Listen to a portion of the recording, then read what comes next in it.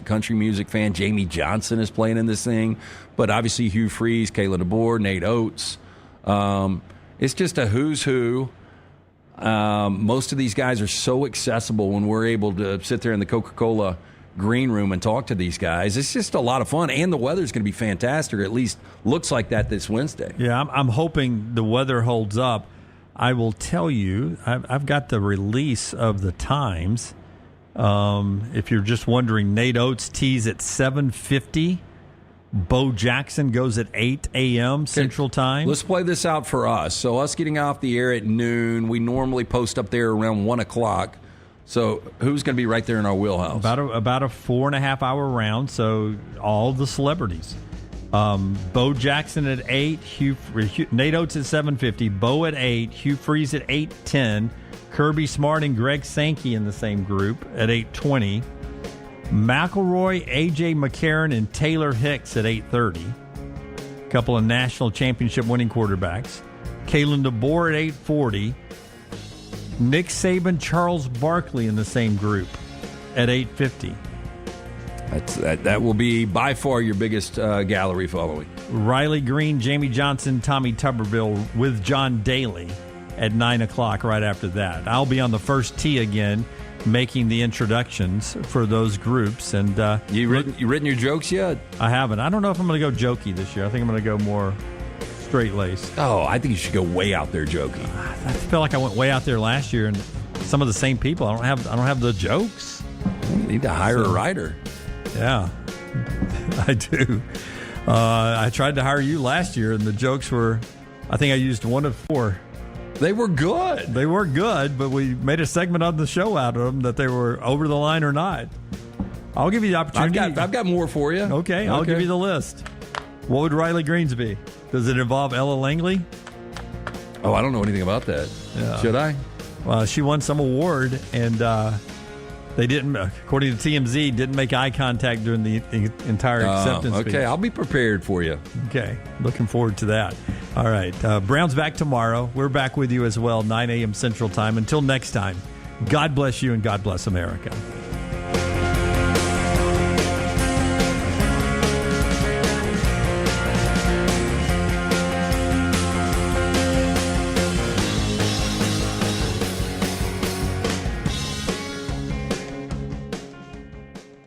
Hey friends, if you're looking to expand your business and inform the Next Round audience about your exciting brand, contact us at sales@nextroundlive.com to be part of the team and advertise your product to hundreds of thousands of potential consumers on our ever-expanding platform. Let the Next Round help take your business to the next level. Get more information by emailing us at sales@nextroundlive.com, and one of our team members will work with you to build a plan to take your business to the next level with the Next Round.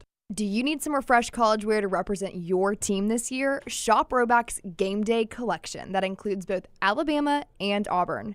From quarter zips to hoodies, Roback has it all. Get 20% off on us using code TNR20 at roback.com. No matter the occasion, the Next Round store has you covered with whatever you need. Head over to nextround.store and start filling your cart up now. When you wear your gear, make sure to let us know by posting on socials, and you might just end up seeing yourself during a commercial break. Go browse now at nextround.store and place your order before the break ends. Since you listened to my last message so well and got rid of those cargo shorts and stained t-shirts, it's time to replace them with Roback. Go to roback.com and click on the Refresh collection to find all that you need for an EG-approved wardrobe. It includes pieces that will have you ready to hit the golf course after a busy day of meetings, or comfy favorites for travel and working from home. Get 20% off using code TNR20. See, I'm saving you some money. Start your day online with our website, nextroundlive.com, for the latest videos, podcasts, and college football stories. It's also a great way to stream the show or shop in the Next Round store. Stay connected by visiting nextroundlive.com. Jim Dunaway, Lance Taylor, Ryan Brown. Live from the Birmingham Racecourse Casino Studios, the Next Round, presented by Bud Light, is on now. All right, live show. Brownie's back. Forrester's back. Everybody's together here as we get going on a Tuesday. Our 40 and 40 countdown starts today at number 40. We'll get to that in the next segment. Brownie doesn't know this yet, but LT saved something on the whiteboard for today. Can you just give me a hint so I know where to plug it in the show? Okay, so what do you... Is it sports related or not sports related? It's sports related. Okay. But it's a pretty deep topic. I actually plagiarized it from somebody I saw last week, but I took it a little deeper because I only saw a couple of little clips from it. And I was like, man, that's a really good topic. And it got me thinking. And so I went 10 deep on this. What is the thing we do with the 6 on the board? So just the blind ranking? Okay, we're going to do a blind 10 ranking. Blind 10, okay. Blind 10 ranking. So you're going to have to write small. Oh, I can do that. Okay. So we're going to do that at 10:30 after Clay Travis. That'll be coming up. LT's. Very exciting stuff. I think it is. I like it. I get excited about I like the stuff. surprise of it. Yeah. The surprise nature of it. Yeah. So we got a lot of schedule releases and stuff like that yesterday. Let's go college football first and then the NFL. And then we'll talk about what we saw last night with my New York Knickerbockers. Biggest moment in your Knicks fandom. I mean, he's watching basketball now. I've had a couple of them. I texted him 4 minutes to go. I said, this will be the biggest 4 minutes of your Knicks fandom. And then they blew out the Celtics. Save it. Sorry, We'll get to it a little bit later on. I'm surprised it wasn't Jalen Brunson instead of Jason Tatum. His luck is turned. It's got, you know it's coming at some point. So here we go. Yesterday, we get a couple of college football things. One of them is we now know for sure that Texas and Ohio State will be on Fox in that opening weekend game, massive game. They make the announcement yesterday, week 1. Texas and Ohio State, number 1 versus number 2, one way or the other, probably the 2 top teams when the AP poll comes out. Interesting note first, Brownie, on that was they don't say big noon kickoff on that. They don't, though the way I understand the Big Ten media agreement is that Fox is locked into the big noon kick, or 11 o'clock Central. I'll talk Central times here. CBS is locked into the 2:30, and NBC is locked into the prime time, and there's no changing that around. Now, the caveat would be this is week 1. I don't know if that media agreement starts week 1 every year. Because CBS was typically like week 3 or 4. Well, right? that was when they had the U.S. Open that they were showing. I think all of that is on ESPN now. Am I correct in that? I think so, yeah. Which affects ESPN's broadcast of college football. But anyway, so I don't know that CBS is going to have a week 1 game or that NBC is going to have a week 1 game that is not Notre Dame, because they've got Notre Dame, Texas A&M. Is that week 1? Am I right about that? Texas A&M, Notre Dame. We'll get to Notre Dame in a second. I think that's week 2. Yeah, Texas A&M has UTSA. Okay. So a warm-up game. Again, but that's the way I understand the way the media deal works. So I think if CBS and NBC have a game, that game will be locked in to the big noon kick, 11 o'clock. Yeah, we knew it was going to be on Fox. That is a massive game to start the year. It is, and for the record, I don't like the big noon kickoff. I just don't. You don't like having that huge game at 11 o'clock. No, I love Joel Klatt. Klatt's great. I don't like Gus. You guys know that. And I don't like having that big game at 11 o'clock. But, there's a chance. There is a chance that's number 1 versus number 2. That's right. It will be. I think it's highly likely. Yeah, I think it will be. Yeah. I would put definitely better odds than the Mavericks getting the number 1 pick. I would put it in the 90. I'd put it at 98%. That's 1 versus 2. I think you're probably right. Yeah. I think Texas is going to be 1. Ohio State's going to be 2. Or you can flip it around. Ohio State 1, Texas 2. It's still a 1 versus 2 matchup. Yep. We're so conditioned to number 1 versus number 2. Oh, that's going to be a primetime game. Like CBS they've horse traded to get Alabama LSU primetime because they were number 1 versus number 2. But chances are it's going to be an 11 a.m. kick. That's why out of the chute on week 1. That's why, Brownie, because we know what happens in early May. This is when they set down, they do the Fox and the NBC and the CBS draft. Joe Klatt told us he prepares months for that, that Fox actually has him in the room where the decisions are being made so he can help with the decisions when they do the draft of games. And then he gets shot down immediately. Yeah, because of the presidential election. He's like, I didn't know we were factoring this in. We remember the game of the century. CBS gave ESPN a lot to have another primetime game that year. And it may have been the Iron Bowl they got out of. ESPN parlayed it into the Iron Bowl. I don't know that it was specifically the Iron Bowl, but ESPN used their capital from that trade basically to do a primetime Iron Bowl. It was that crazy 2014 Iron Bowl that was like 55-44. Yeah. So could you, I don't know what you would trade. I don't think you'd trade Michigan, Ohio State into a primetime situation. Doesn't Fox get the first 3 picks? Didn't we learn that? Because we did that exercise on a blind ranking. I think so. But see, I'm trying to give them something so I can move this to prime time. I'll give you one of the top 3 picks. Dude, I would love to see Michigan Ohio State at prime time. Because your primetime game that night is probably going to be LSU Clemson, which is going to be a top 10 game. It's not number 1 versus number 2. Maybe ultimately 2 better teams than 1 versus 2. Let me ask you this, because you're the one here that is not crazy about this. I don't really care. I'm kind of like you. I feel like 1 versus 2 should be primetime. Would you rather have Clemson, LSU, and Texas, Ohio State playing head-to-head? No. Okay. You kick it off at 9 in the morning. I'd rather have that. So that's what this is going to create. Is you're going to get 1 versus 2 in the morning and Clemson, LSU at night. So and that's why the big noon kickoff has been so good. It's been able to put almost a massive game in every window. I know. I think we got conditioned though for the longest of time when CBS had the SEC contract that 2:30s were massive games, and then you got a primetime game. Right. But now we get one in every. I know. Almost every window is a massive. I kind of like massive game. I would take any 11 o'clocks back in the day, and that was kind of the warm up window. I know. See, we got again. It's all about conditioning. We got conditioned straight out of game day. We went to Pam Ward and some analyst we don't even know where he played college football doing Minnesota, Michigan State, and it was crappy weather. And it was Pam Ward. If you had a good team, it was against a bad team and always a blowout. That's right. And it was Ohio State playing the Metrodome against Minnesota, and it was a blowout.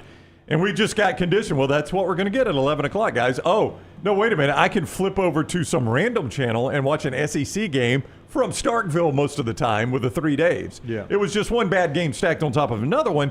And that's the one thing I'll say about the Big Noon Kick. I know what you're saying, Lance, but the Big Noon Kick at least forced ESPN to start putting good games at 11 o'clock. And Fox obviously is going to. And it forced ESPN to do the same thing. So we no longer sacrifice the 11 a.m. window. Because you just said that. Like, we used to get crap games at 11 o'clock. Well, you're a Dolphins fan, so you always get that 12 o'clock window. Always. When the Rams went from Anaheim to St. Louis, there were a ton of 12 o'clock games. I didn't like those. I like the later game. Tampa's kind of split. Yeah. Maybe more home games actually in the 3 o'clock window than the noon window. They do that for weather. Yeah. Oh, really? Yeah. I'm like you, though. I like when the Dolphins play that 325 kick. The That is my favorite Dolphins kick. is when you get your team playing over in London, which the Rams are playing Jacksonville at 8:30 in the morning. So we get to the NFL here. Yeah, I'm just saying that's not as bad. I mean, an 11 o'clock really big college football game is much better than a European NFL kick. I will say my friend Jacob Simmons, huge Titans fan, says one of the best feelings of the NFL is when your team wins a good 11 a.m. or a good noon kick, and you got the rest of the day to watch the NFL knowing your team's already won. That is a good feeling. I agree with my buddy Jacob on that. All right, so that's Texas, Ohio State. We exhausted that college football conversation. How about Notre Dame? They get a handful of primetime home games because of the NBC. That includes the one LT was talking about. Texas A&M will be primetime on NBC. Texas A&M, Notre Dame, good game. Really good game. And going back to last year, Notre Dame was able to win that thing with defense and kind of, their beginning of a march to playing for the national championship. And, you go back and A&M, that was kind of their hiccup early, and they kind of got it right until the end of the season, and the offense really sputtered. That's going to be It's a different game. Well, it is because, Notre Dame's going to be breaking in a new quarterback. That's right. And A&M's not. A&M is not. There's no expectation for A&M really, or at least not the expectations we've had in the past, and there's huge expectations for this Notre Dame team. The USC rivalry game in mid-October, prime time on NBC, and the Navy game, some people's Group of 5 playoff team. USC could be, that could have playoff implications. So 3 really good prime time Notre Dame games. Is that Navy game in South Bend? Do you know, Jim? Yes. I thought that was weird. That is a late season primetime game. Now, they played Indiana, obviously, in the playoffs in South Bend, but they had traditionally in that part of the country steered away from primetime games that late in the year. Yeah, but it's cold weather. They've always had the NBC primetime contract for the home games, and that usually locked them into a day game, especially that late in the year, to your point. All right, we'll get to more college football scheduling coming up, but a ton from the NFL to get to, and then we'll get going on our 40 and 40 countdown. A lot to get to on the show today. Clay Travis will be with us as well. The show being brought to you by a couple of folks. One of them, our buddy Alexander Shunnarah, trial attorneys right here in Birmingham. That's right. For 24 years, he has built this practice in Birmingham. Alexander Shunnarah has done that, and they've grown to more than 150 lawyers, supported more than 500 dedicated team members, and they've recovered more than $2 billion, maintaining Alexander's core values of integrity, mastery, passion, and success. If you find yourself in need of a lawyer, and unfortunately all too often that happens, call Alexander Shunnarah Trial Attorneys. You pay nothing unless they win your case. Shunnarah.com. Shunnarah.com. PGA Championship teeing off on Thursday, just a couple of days away from that. If you're looking for a place to watch it, how about our friends at Twin Peaks? No one does happy hour like Twin Peaks. Whatever your preference is, they've got everything from tequila cocktails, an extensive bourbon category, to top shelf spirits and cocktails served over ice balls, local craft beers, handcrafted whiskey cocktails, round out an adventurous drink menu second to none. And don't forget about the girls running around with those 29-degree drafts. You can get it all the time, lunch or dinner. Great place to watch PGA Championship. It's Twin Peaks. All right, so to the NFL, we know the first game now, the opponent. The full schedule release is Wednesday night, but you get all the significant leaks before then. That includes Cowboys and Eagles to start the season on September 4th on Thursday night. Full schedule tomorrow night, but already a betting line on this one. Eagles a 7-point favorite on the Cowboys. Man, that NFC East gets shoved down our throat with those major TV markets. I saw this and I'm like, I mean, I know you're going to do the Eagles, and I know the Chiefs had already been shipped out to the Brazil game or wherever, so you can't do Chiefs-Eagles. And I was like, man, Cowboys Eagles. That's an exciting game. Oh, you can find so many better games. Yeah, I do think the Cowboys are going to be much improved this year. You know, my only problem is I don't like divisional games that early. I know you got to play two of them in the year, but I would rather see the out of conference, out of division. Yeah, or AFC, NFC early on. Like that. Some of the other opponents we went through them yesterday for the Eagles include a game with Buffalo, but that's on the road. Game with Detroit. I can't remember if that's on the road or at home. The Commanders are a playoff team, but they're regional. They're a divisional team as well. I mean, the last couple of years, like last year, we had the incredible Ravens and Chiefs game where, I brought this up yesterday, Brown. You remember Isaiah Likely's toe was on the back line, and they had to review it. Oh, yeah. It's a fantastic finish. And then the year before, Detroit beat Kansas City on the road to open the season. So we've had some really, really good openers. I agree more with Dunaway than you on this. I think the Cowboys are going to be much improved. The only thing I don't like, and I do agree, they do force. Oh, we get so much NFC East on the primetime games. Yeah. And I get it. Look, I mean, it's all those big major media markets. I understand. I know it's going to be more now. So you think about how good the Commanders are. Yeah. And then with the New York Giants bringing in Russell Wilson. I don't mind it as much when the NFC East is good. It's when the NFC East is bad. The networks don't say, all right, NFC East sucks, let's show less NFC East. No, they still cram it down your throat. But you bring it up as we're getting honored with the banner release. They're the Super Bowl champions. But you also mentioned the point spread, which is a relatively large NFL point spread. You'll grant me that, won't you? Yeah, I'd bet the Cowboys all day long at 7. I mean, that's a big NFL point spread. Yeah. The Eagles are a 7-point favorite. And the lasting impression we got with the Eagles is, walking the Chiefs off the field to win a championship. But, I mean, here's the thing. I would take Cowboys plus. I'd buy the hook. Yeah. Can I do that? Can you still do that? You can do it on 7. You can't on 3. Yeah. I'd take the hook on 7, buy that to 7.5, and take the Cowboys. I would feel pretty good about Cowboys plus 7.5 too. I'm just saying. It's a magic number. Do you think Tyler Booker gets worn out that first? Who's he go against for them? Probably. Oh my God, who's the kid from Georgia? They're going to play him at left guard, right? Jalen Carter. Yeah, left guard. Yep.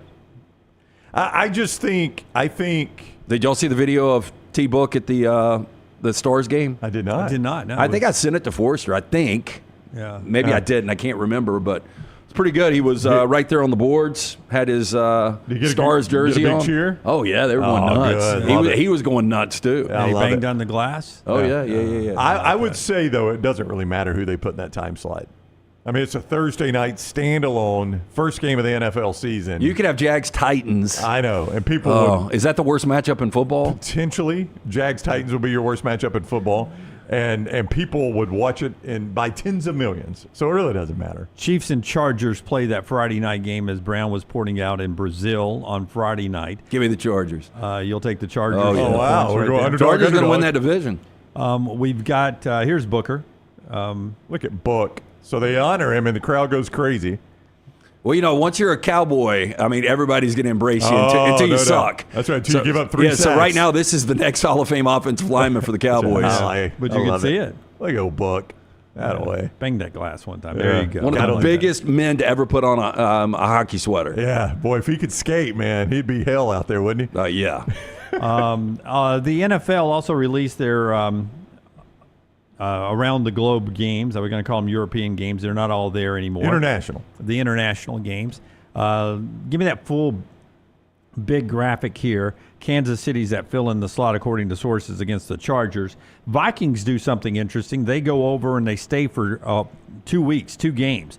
They get the Steelers, and then that's in Dublin, and then they get the Browns in London in back-to-back weeks. First time this has ever happened, and it sucks for a Vikings fan. It does. I mean, it's absolutely just garbage. I mean, if you're a Vikings fan, and for that organization, and for a young quarterback like J.J. McCarthy, try to break him in. But just one of those are their home games. I know. I say it sucks because of the kick times. I mean, those are 2 morning kick times. Yeah. Then you get Denver and the Jets over there, former playoff team last year, and the Broncos on October 12th. The Rams and Jaguars, as you talked about. If you have the Jaguars a game in Jacksonville on your schedule, there's always a high probability you're on your way to playing at least a game in Europe. Yep. The Falcons and the Colts are over there. That game's in Berlin. Still uncomfortable that we're playing games in Berlin if you're my age. You just wait for the... You see the Commanders and the Dolphins, they play over there. So you guys have a game. That's a home game for the Dolphins, by the way. We lost a home game. You don't like those games, do you? Oh, I hate them, man. But you know who loves them is my goofy owner because he loves that stupid logo. He's the only one that likes it. And he loves international games. He thinks we ought to be doing more of this. So, there's no pushback from my franchise of losing a home game to go play some stupid game in Madrid, Spain. November 16th, when you have good weather in Miami, you're going to be in Madrid playing that one. And one other NFL note before we get to the NBA. I think this is check me on this, but I think it's college football triple header Saturday, December 20th. All right. So college football playoff, December 20th? Yeah. I think one game Friday night and then triple header on December 20th of the quarterfinal games. No, excuse me, the first round games. And meanwhile, the NFL will go against that with a doubleheader on Fox, where you get Eagles, Commanders, Packers, Bears in divisional matchups. That's a pretty intense Saturday going against our college football playoff triple header there with the 11, 2:30, and 6:30 kicks. Yeah, it is. So the 2025-26 schedule is... Yeah, I think it's 19th is the Friday night game, and the 20th is the college football playoffs. Those are the on-campus games. Yeah, and you would think that would be easy to find on the college football playoff website. You'd be incorrect. I mean, I'd have it plastered across if I'm them, but they don't tell me how to do our show. Okay, here we go. No, your quarterfinals. That's your quarterfinals. Quarterfinals is January 1. Yeah. December 31st, January 1. I'd love to tell you this, Jim, but again, they just don't have the schedule that's easy to find here. I'm pretty confident that that's it. So that's the NFL schedule, all in a nutshell as we get the early releases. Tomorrow morning, even CBS this morning will have a release of a game, and Netflix's game will be announced tomorrow morning, and then the full release, what's left, tomorrow night. I always feel bad for ESPN NFL Network. By the time they do their show, all the big games have been leaked out. And I don't like that at all. I don't know how you guys feel because, I saw the Rams-Jags pop up yesterday, and I'm like, I look forward to the release if we could actually see it for the first time. Yeah, it's I talk about this all the time. My family calendar gets updated Wednesday. I put all the games that are not noon kicks on the family calendar so they know. And I'm excited because the Dolphins are playing in Atlanta this year, so I find out when I get to go see my Dolphins play. And that's the same with the Rams. Back when the Rams were part of the NFC West with Atlanta and New Orleans, I went to those games every year. Yeah. And this is the first time I can remember the Rams are actually going to be in Atlanta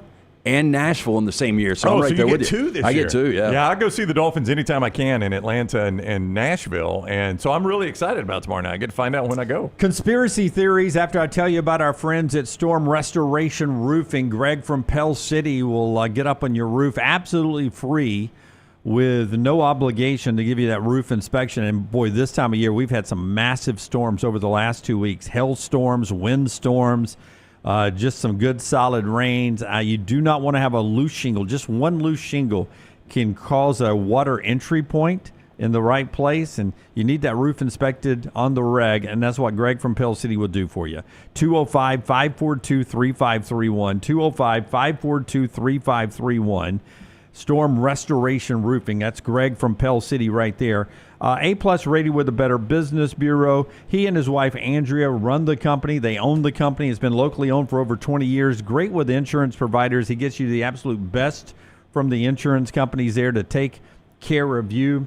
And at Storm Restoration Roofing, they also can do some small building projects for you as well, because Greg has his building license. It's all right there under one roof, just like the logo is. Storm Restoration Roofing, Greg from Pell City on Facebook. Check him out, 205-542-3531 for that free, no-cost roof inspection. The lottery was last night. We talked about it yesterday.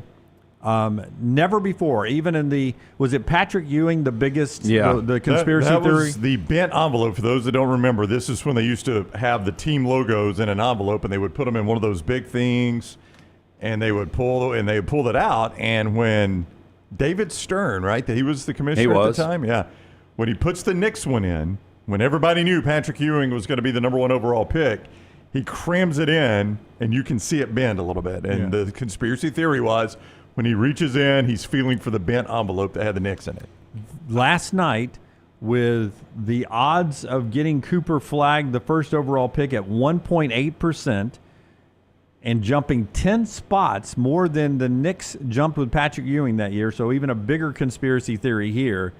The Dallas Mavericks get the first overall pick, will likely draft Cooper Flagg, the face of the organization.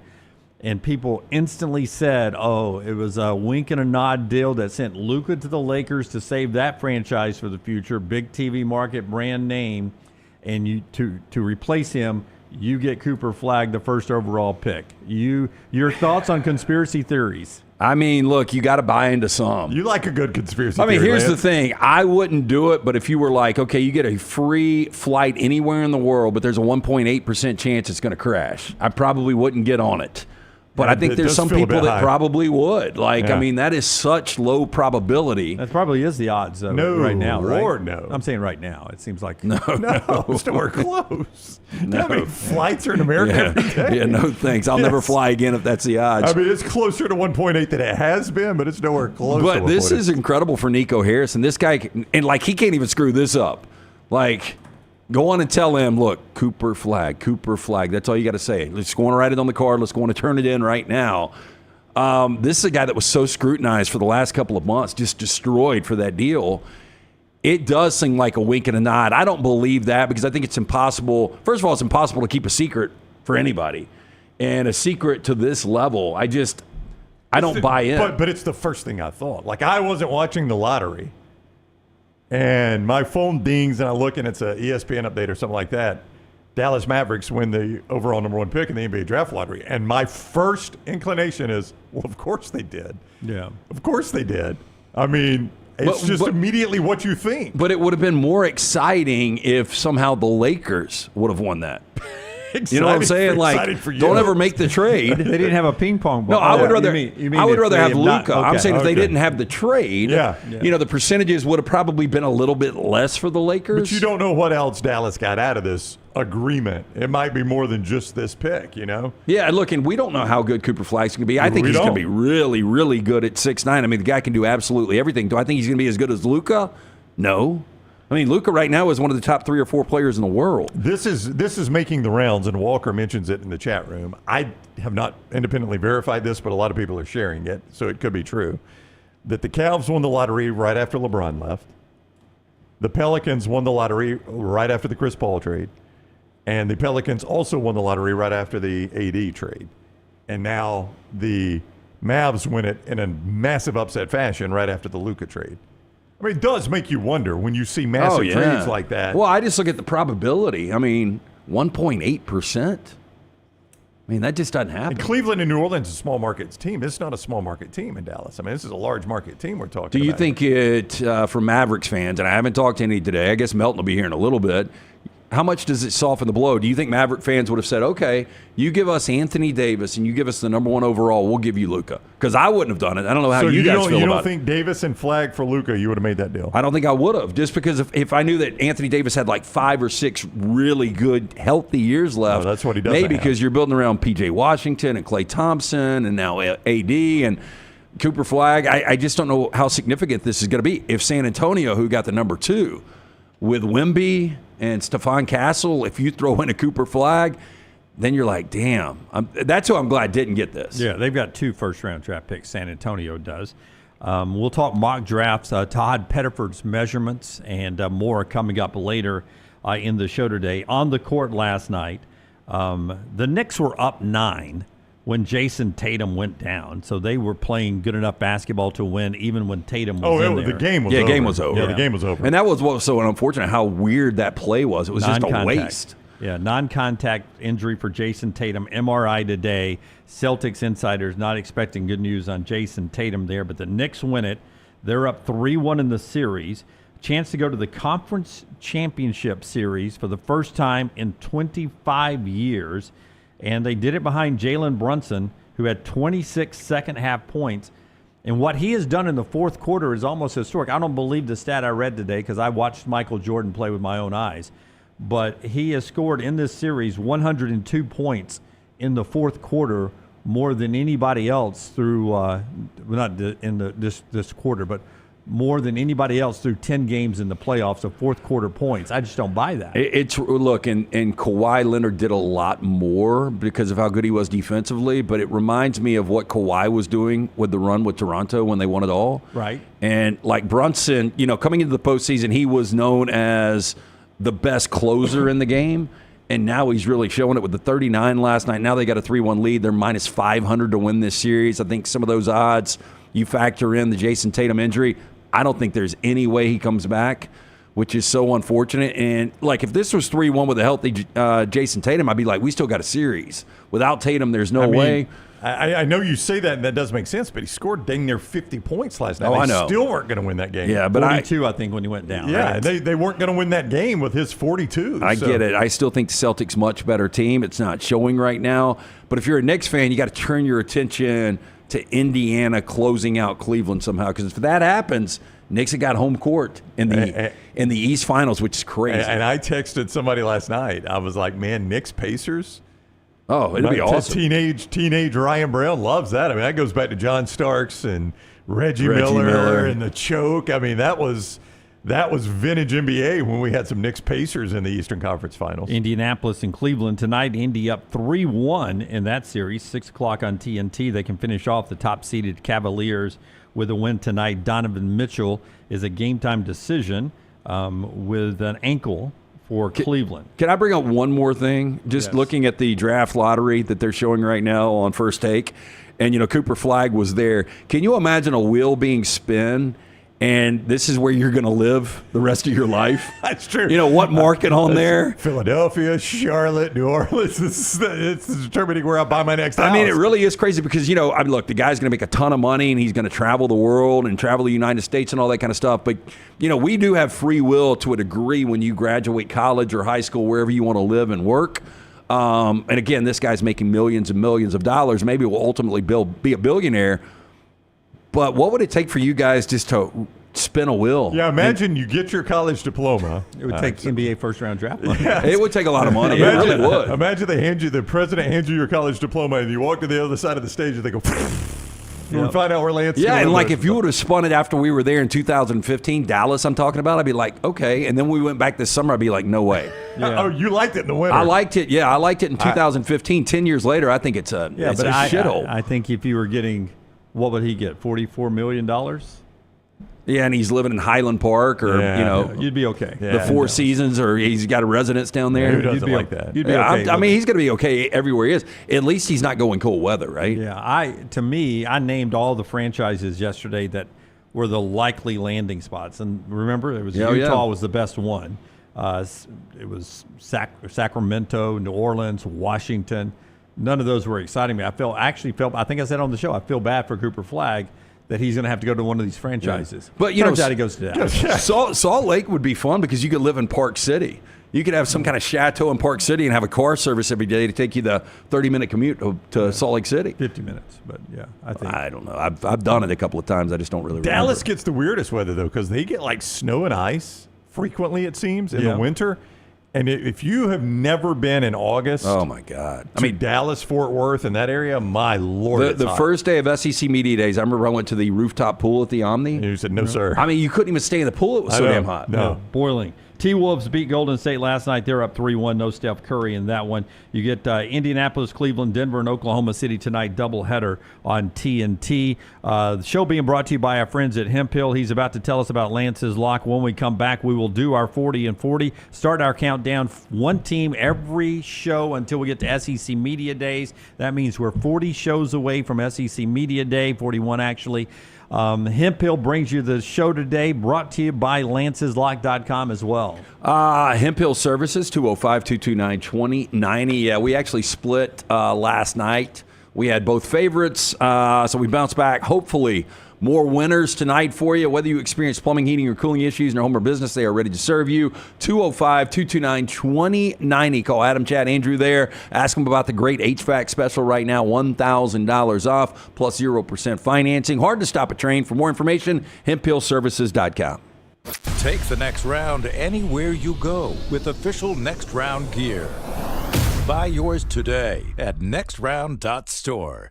I'm attorney Alexander Shunnarah, Alabama-born, Alabama-raised, and ready to fight for your rights. I have one of the largest firms in Alabama, and we are here to help you get the compensation you deserve. Call me, Alabama, 323-1000. No representation is made that the quality of legal services to be performed is greater than those of other lawyers. Storm season is here. Make sure you have a plan of action in place right now. Greg from Pell City and Storm Restoration Roofing should be your first call when storms hit. Insurance companies love working with Storm Restoration Roofing because of Greg Nelson's name and reputation in the industry. When storms hit, call Greg Nelson. He's local, 205-542-3531. He's the home of the free no-cost roof inspection. Greg from Pell City on Facebook, 205-542-3531. It's Storm Restoration Roofing. This hour of The Next Round is presented by the Birmingham Racecourse Casino, now featuring 7 days of giveaways with your chance to win a share of up to $125,000. The more you visit the Birmingham Racecourse Casino, the more chances you have to win. Hey, you. Days warming up, looking like spring. And at New Balance Birmingham, we've got the thing. What pops and what's fresh? Check the selects. Come together at New Balance Birmingham on Highway 280, right next to Chick-fil-A. New Balance Birmingham, we got now. Stop by the New York Butcher Shop and pick up the finest in certified Angus prime beef steaks and burgers, premium pork chops, ribs, and all-natural chicken cut to order just for you. Their chef-prepared entrees and side dishes are the perfect dinner-to-go choice for your family and are ready to heat at home. With a great selection of fine wines and desserts, the New York Butcher Shop is your one-stop dinner shop. 2 locations to serve you, Cahaba Heights and on Highway 119 in Greystone. The New York Butcher Shop, rare quality, well-done service. If you're looking to expand business and inform the Next Round audience about your exciting brand, contact us. Send an email to sales@nextroundlive.com to be a part of the team and advertise your product to hundreds of thousands of potential customers on our ever-expanding platform. Join our existing partners in the fastest-growing media space, both live and on demand, and reach the most desirable audience for your business. Get information and more by emailing sales@nextroundlive.com, and one of our team members will work with you to take your business to the next level with the Next Round. It's bow time. Tired of choosing between sweet and savory? Why not have both? Introducing Bojangles' new chicken and bowberry waffles. The bold Cajun chicken filet you love, now drizzled with a bowberry honey glaze and sandwiched between 2 warm waffles. Which means your favorite meal of the day just met your new favorite dish. And lucky for you, it's served all day. But it's only here for a limited time, so try chicken and bowberry waffles at Bojangles today. It's bow time. There's no off-season at covercrimson.com. Sign up now and get daily shows plus behind-the-scenes intel that will keep your Alabama fandom rolling all the way up until kickoff. Follow Cover Crimson on all social platforms and sign up today at covercrimson.com. Hey, there's nothing worse than waking up to a plumbing problem. Don't get caught in a flooded house. Call the guys at Hemp Hill Services. Adam, Chad, and the team at Hemp Hill are the only ones I trust to fix it and fix it right the first time. Hemp Hill Services does it right and always at a fair price. For all of your plumbing, cooling, and heating needs, trust the name that Birmingham has trusted since 1954. That is Hemp Hill Services. Call now, 205-229-2090. That's 205-229-2090. I'm attorney Alexander Shunnarah, Alabama born, Alabama raised, and ready to fight for your rights. I have one of the largest firms in Alabama, and we are here to help you get the compensation you deserve. Call me, Alabama, 323-1000. No representation is made that the quality of legal services to be performed is greater than those of other lawyers.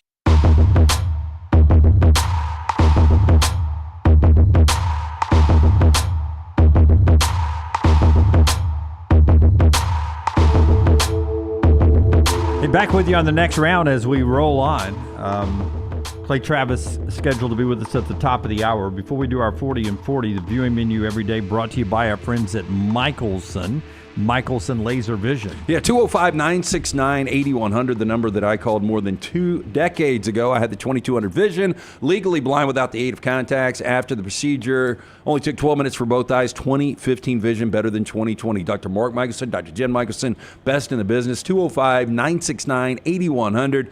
Ask for Amy. Tell her the next round sent you. They're going to hook you up with a hassle-free consultation. 0 to lose to find out if LASIK is right for you. For more information, michelsonlaservision.com. We got a new Netflix series tonight called Bad Thoughts. It's made by the comedian Tom Segura, and it's basically a collection of vignettes that are called hilariously disturbing stories that push the boundaries of decencies in ways only Tom Segura can imagine. He's a funny dude. Push the bounds of decency and only the ways Tom Segura can imagine is pretty funny line. I mean, just think about it. If everything in our mind, if you took every thought you ever have in your mind and acted it out, it would be pretty scary at times. Yeah, it would be. I think that's the basic premise of this show is just like every intrusive thought is a sketch. Yep. We've also got the season 2 finale of Andor on Disney+. It's a new Star Wars show that I have not been watching, but I've only heard good things about it. It pops up all the time on my feed, but I've never watched any Star Wars stuff. I don't know why. Yeah, it's weird. I don't even want to get into it. It's a prequel to the movie that came out a few years ago called Rogue One. Which was going to be my question, and then as you answer it, I'm like, that doesn't clear anything up for me, so why was I even going to ask the question? Is Chewbacca in this one?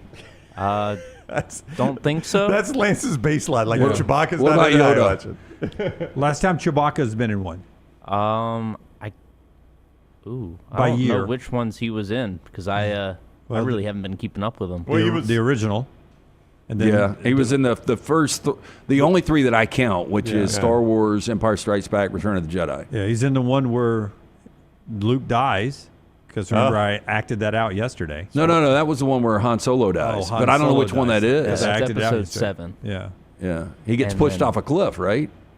Kind of. Yeah. It's inside like a spaceship. Watch this, Brown. What does Chewie do when his number 1 guy of all time gets pushed off a cliff?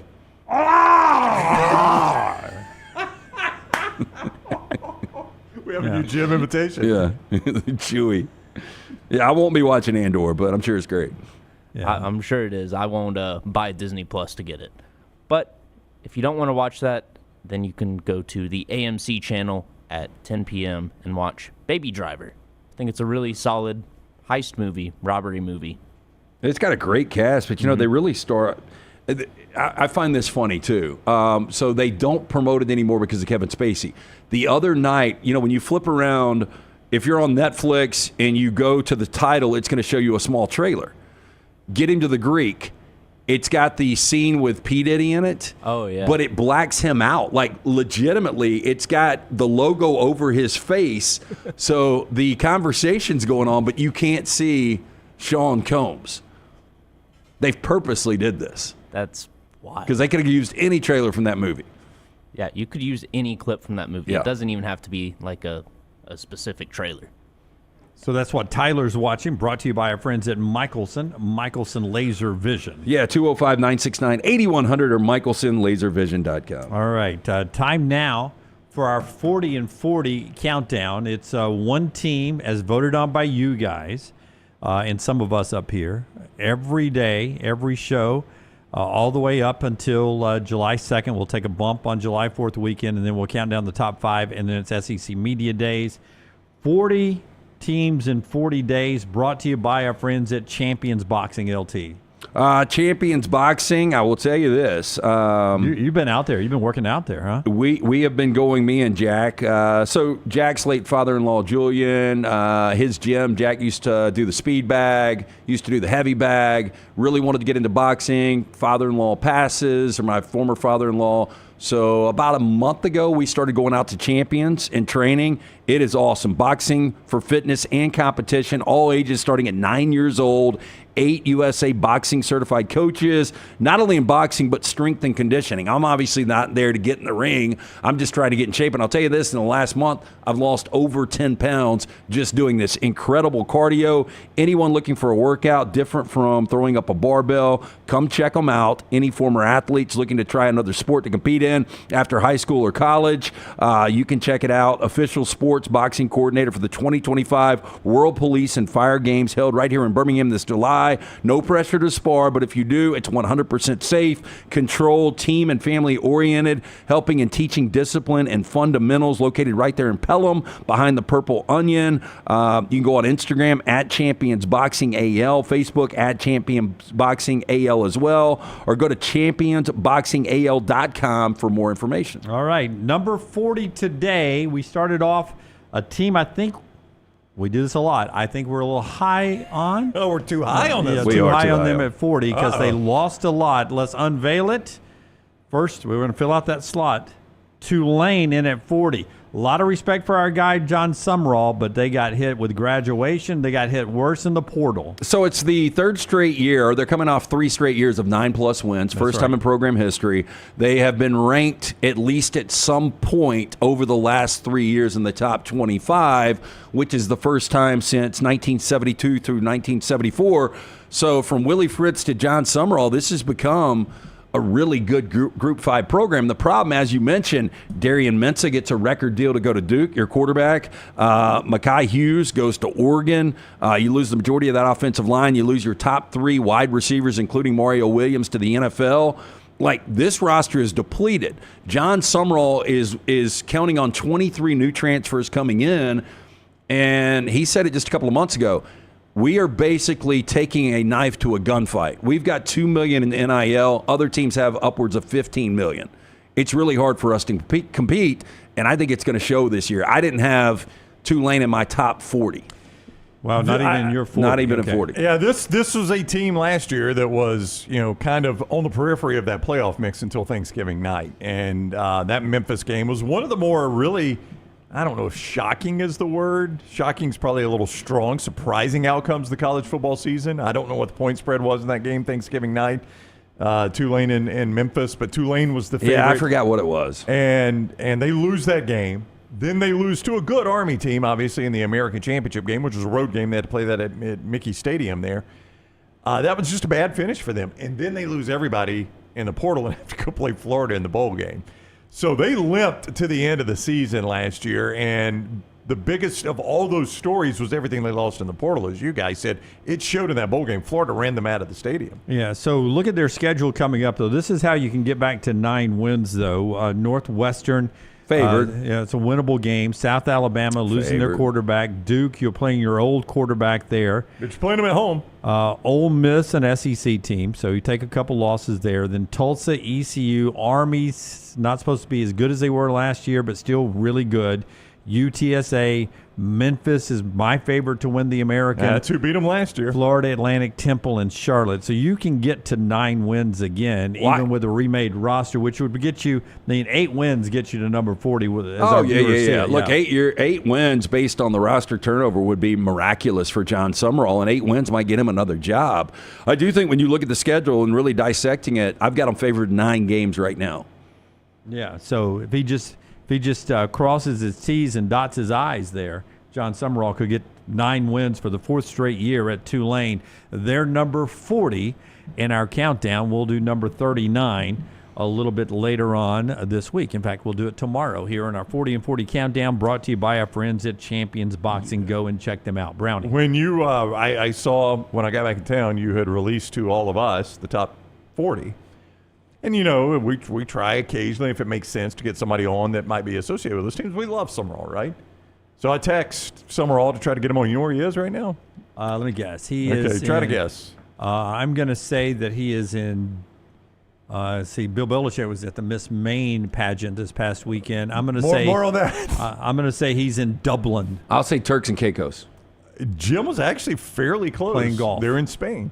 It's some study abroad program that Tulane has, and some of the football team is in Spain. Yeah, very good. So I like that. He's out seeing the world. Guess what? He's not on with us today. He's in Spain. If you missed it yesterday, here's the 10 that just missed our 40 and 40 countdown. Brown, I'll throw this up for you mainly, and for those that missed the show yesterday. You will not see these logos over the next 39 shows. UNLV at 50, Army 49, Oklahoma State, Virginia Tech, Arkansas to the SEC at 46, Kansas 45, Syracuse, Vandy out of the SEC at 43, 42 North Carolina, and Belichick 41 in Minnesota there. Those are the ones that just missed our 40 and 40 countdown. Tulane's 40 today, but the big story, one of those logos right there, is North Carolina. Lance was the first to bring it up.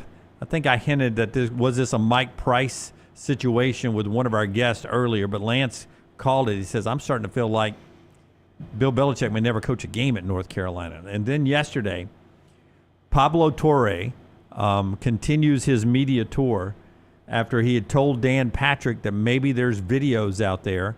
He doubled down on this, and he's literally saying now that Belichick may never coach a game for North Carolina, and things are so bad, North Carolina went and hired a former public relation guy with the Chicago Bears to come in and just handle the Bill Belichick situation that's going on. A PR firm, a PR guy is coming in to just handle the Belichick thing.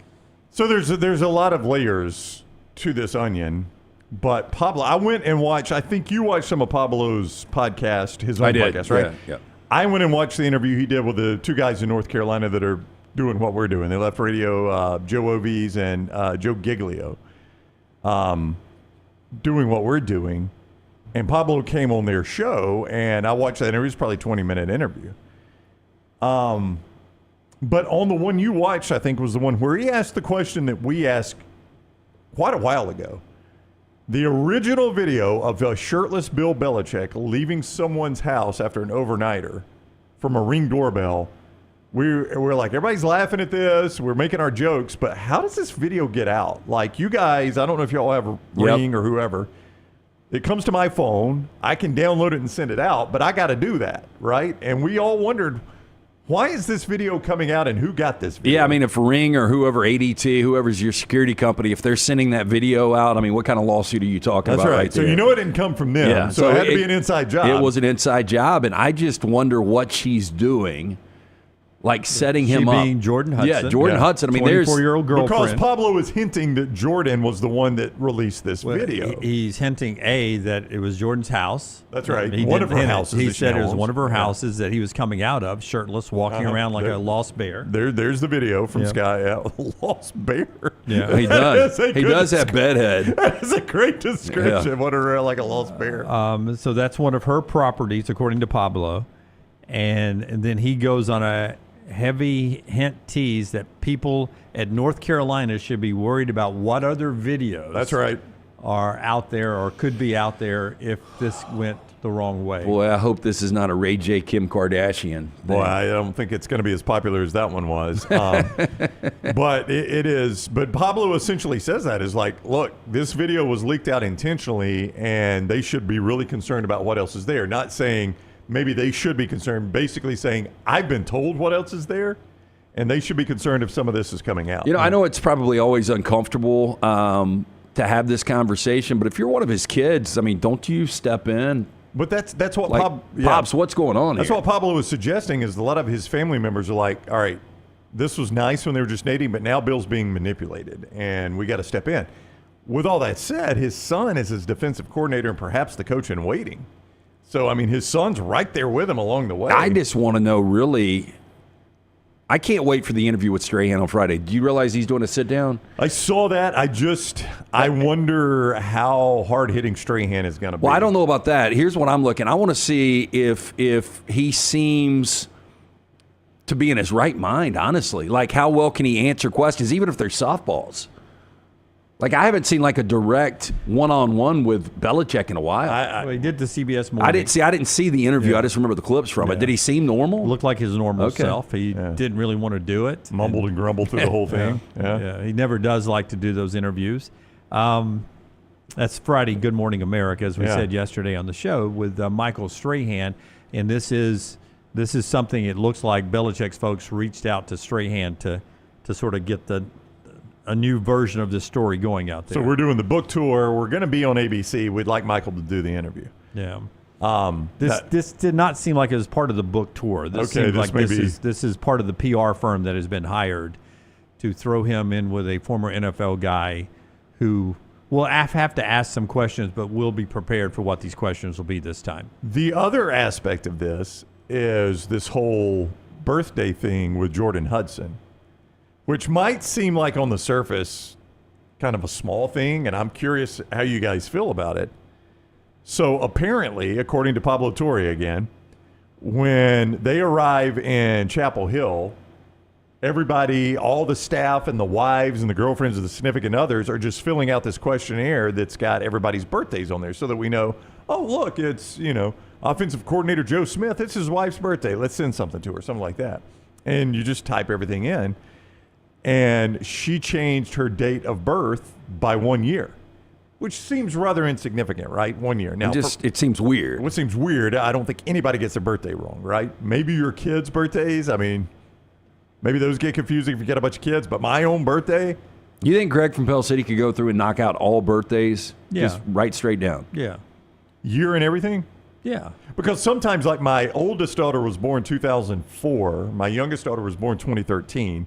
I conflate those sometimes and say 2003 and 2014. Yeah. It takes me a second to, wait a minute, that's wrong. Yeah, but you're not writing it down. If you were writing it down, you'd nail it. Probably. Yeah.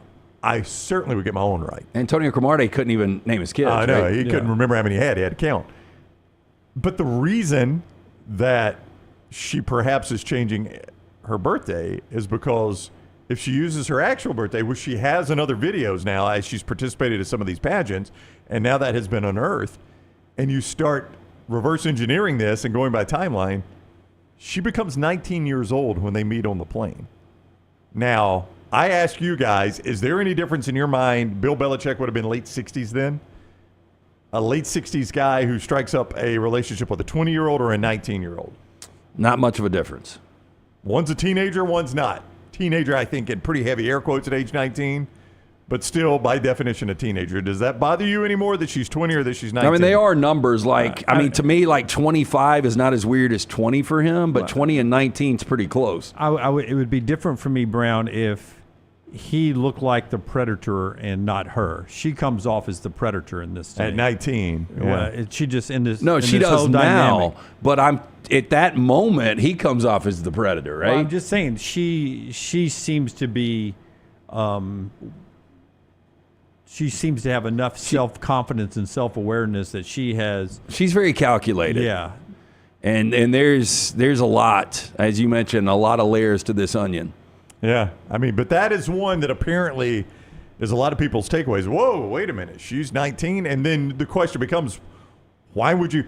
Because Pablo Torre points out, he goes, I've seen the form they filled out. It is typed in. This is not one of those drop-down boxes where you accidentally click 2001 instead of 2000. And as Pablo points out, look at any keyboard. You guys all have a keyboard in front of you. That's right. How far are the 1 and the 0 from one another? As far as they can be. As far as they further can be. away. Yeah, you don't make that mistake. Yeah. So, I mean, that is in and of itself a little strange. It becomes intentional at that point. It seems that way, right? Yeah. All right. So that's the latest on Belichick, where more and more people now are saying there could be some bubbling trouble underneath the earth of Bill Belichick's footing there in Chapel Hill, North Carolina, something that could rise up to where the Carolina folks are so uncomfortable he never coaches a game for North Carolina. That's a story to keep an eye on as we move a little bit closer for a Hall of Fame NFL, one of the best to ever do it, Bill Belichick. One more thing to do before we get to the top of the hour, and Clay Travis here, the show being brought to you by our friends at Urology Centers of Alabama. Before LT tells you about Odie's, I want to tell you about UCA, a chance to stay on top of your health as you move from, I don't know, your 20s to your 30s to my age to Belichick's age. You got to stay on top of everything, right? And that includes prostate health, kidney stones, everything in between. Maybe you get to the point in life where you're ready to have a vasectomy. They do that as well. And they do it with the A-plus care that you expect from Urology Centers of Alabama. They've been doing it a long time. They've got 16 locations, one convenient for you. Find out more details by calling 205-930-0920, 930-0920, or go online to urologycentersalabama.com. LT, what about Odie's? Great place to watch Major League Baseball, NBA postseason, and, of course, Odie's Team Trivia, the original location. Me and Brown will be out there tomorrow night along with Will Haver. That location in Crestline, newish location in Edgewood, right on the corner of Broadway and Oxmoor. Incredible food from Rodney Davis at both, award-winning wings, delicious burgers, Diablo sandwiches, ice-cold beer buckets full of the Bud Light. Get in, see Will and that great staff. Birmingham Institution, Odie's Tavern. Speaking of Major League Baseball, watching it at Odie's, the Atlanta Braves have set a Major League Baseball record. They'll be talking more about this on the Pennant Grace live today at 12:15 with Josh and Emily Grace McWhorter. But a Major League Baseball record for the Braves. They have alternated one-run losses, one-run wins for 7 straight games. Alternating one-run loss, one-run win. I told you how prevalent they are because we were talking about the Rockies, and I was like, the Rockies aren't within 4 runs of anybody. And when you start betting run lines in baseball, you will see, I don't know what the percentage is, but a lot of Major League Baseball games are decided by 1 run. For that to be a Major League Baseball record, and it's only 7 games of alternating one run. That's still a lot, though. That is a lot to do that in 7 straight. To your point about the Rockies, the White Sox last year hold the record until the Rockies break it this year, the worst season in baseball history, but they lost a lot of one-run games. The Rockies are losing 3-run. Oh, yeah, that's why the run differential will be the worst in Major League history. Yeah, so for the Braves, they get a 1-run win last night after a 1-run loss to Pittsburgh, after a 1-run win over Pittsburgh, after a 1-run loss. You get the story. They get the Nationals again tonight, but maybe more importantly, Ronald Acuna starts his rehab assignment now this week. And getting Acuna back for a team that really should be feasting on these Pirates and Nationals-like series. Acuna coming back sooner rather than later becomes very huge for the Atlanta Braves down the stretch here. Brownie, correct? Yeah, absolutely correct. Yeah, with the Nationals tonight. Yeah. LT? Yeah, I mean, look, obviously, if you're going to make a run, you got to do it with your best player on the roster, and they've been in need of Acuna's bat. No doubt. They're 6.5 back right now. It's a really good division when you look at the Mets and the Phillies, and you just look at the National League overall with what the Cubs have been able to do this year. The Cardinals are having a rebound year, and then obviously the NL West, best division in baseball right now. So Braves are going to have to make up some ground, and they have to do it in a hurry. I would answer your question this way. If I'm going to play this many one-run games, how important is Acuna's bat to me, right? Yeah. That could be the difference in a lot of games. Worth a run, right? Yeah. Yeah, absolutely. All right, so that's a little baseball, a lot more with the Pennant Grace today at 12:15. Clay Travis coming up on the other side. Show always brought to you by our wonderful friends with Adams Beverage, Bud Light. Easy to drink, easy to enjoy. Clay on the other side. This is The Next Round. Follow The Next Round on Twitter, Instagram, and Facebook at Next Round Live. I'm attorney Alexander Shunnarah, Alabama born, Alabama raised, and ready to fight for your rights. I have one of the largest firms in Alabama, and we are here to help you get the compensation you deserve. Call me, Alabama, 323-1000. Your representation is made that the quality of legal services being performed is greater than those of other lawyers. Stop by the New York Butcher Shop and pick up the finest in certified Angus prime beef steaks and burgers, premium pork chops, ribs, and all-natural chicken cut to order just for you. Their chef-prepared entrees and side dishes are the perfect dinner-to-go choice for your family and are ready to heat at home. With a great selection of fine wines and desserts, the New York Butcher Shop is your one-stop dinner shop. 2 locations to serve you, Cahaba Heights and on Highway 119 in Greystone. The New York Butcher Shop, rare quality, well-done service. As we all know, there's no off season when it comes to college football. If you want to stay in the know with all things Auburn, join us over on thebarnauburn.com and get $25 off your annual subscription. We'll keep you up to date and give you exclusive content all the way to the first Saturday of football season on thebarnauburn.com. Hey, there's nothing worse than waking up to a plumbing problem. Don't get caught in a flooded house. Call the guys at Hemphill Services. Adam, Chad, and the team at Hemphill are the only ones I trust to fix it and fix it right the first time. Hemphill Services does it right and always at a fair price. For all of your plumbing, cooling, and heating needs, trust the name that Birmingham has trusted since 1954. That is Hemphill Services. Call now, 205-229-2090. That's 205-229-2090. Storm season is here. Make sure you have a plan of action in place right now. Greg from Pell City and Storm Restoration Roofing should be your first call when storms hit. Insurance companies love working with Storm Restoration Roofing because of Greg Nelson's name and reputation in the industry. When storms hit, call Greg Nelson. He's local, 205-542-3531. He's the home of the free no-cost roof inspection. Greg from Pell City on Facebook, 205-542-3531. It's Storm Restoration Roofing. Take TNR on the go with a podcast built for your satisfaction. Miss Hour 1? Find it in podcast form. Miss Hour 2? Stream it now. Miss Hour 3? Download it for later. Miss Hour 4? Well, just know it's never coming back. Listen to TNR wherever you find podcasts.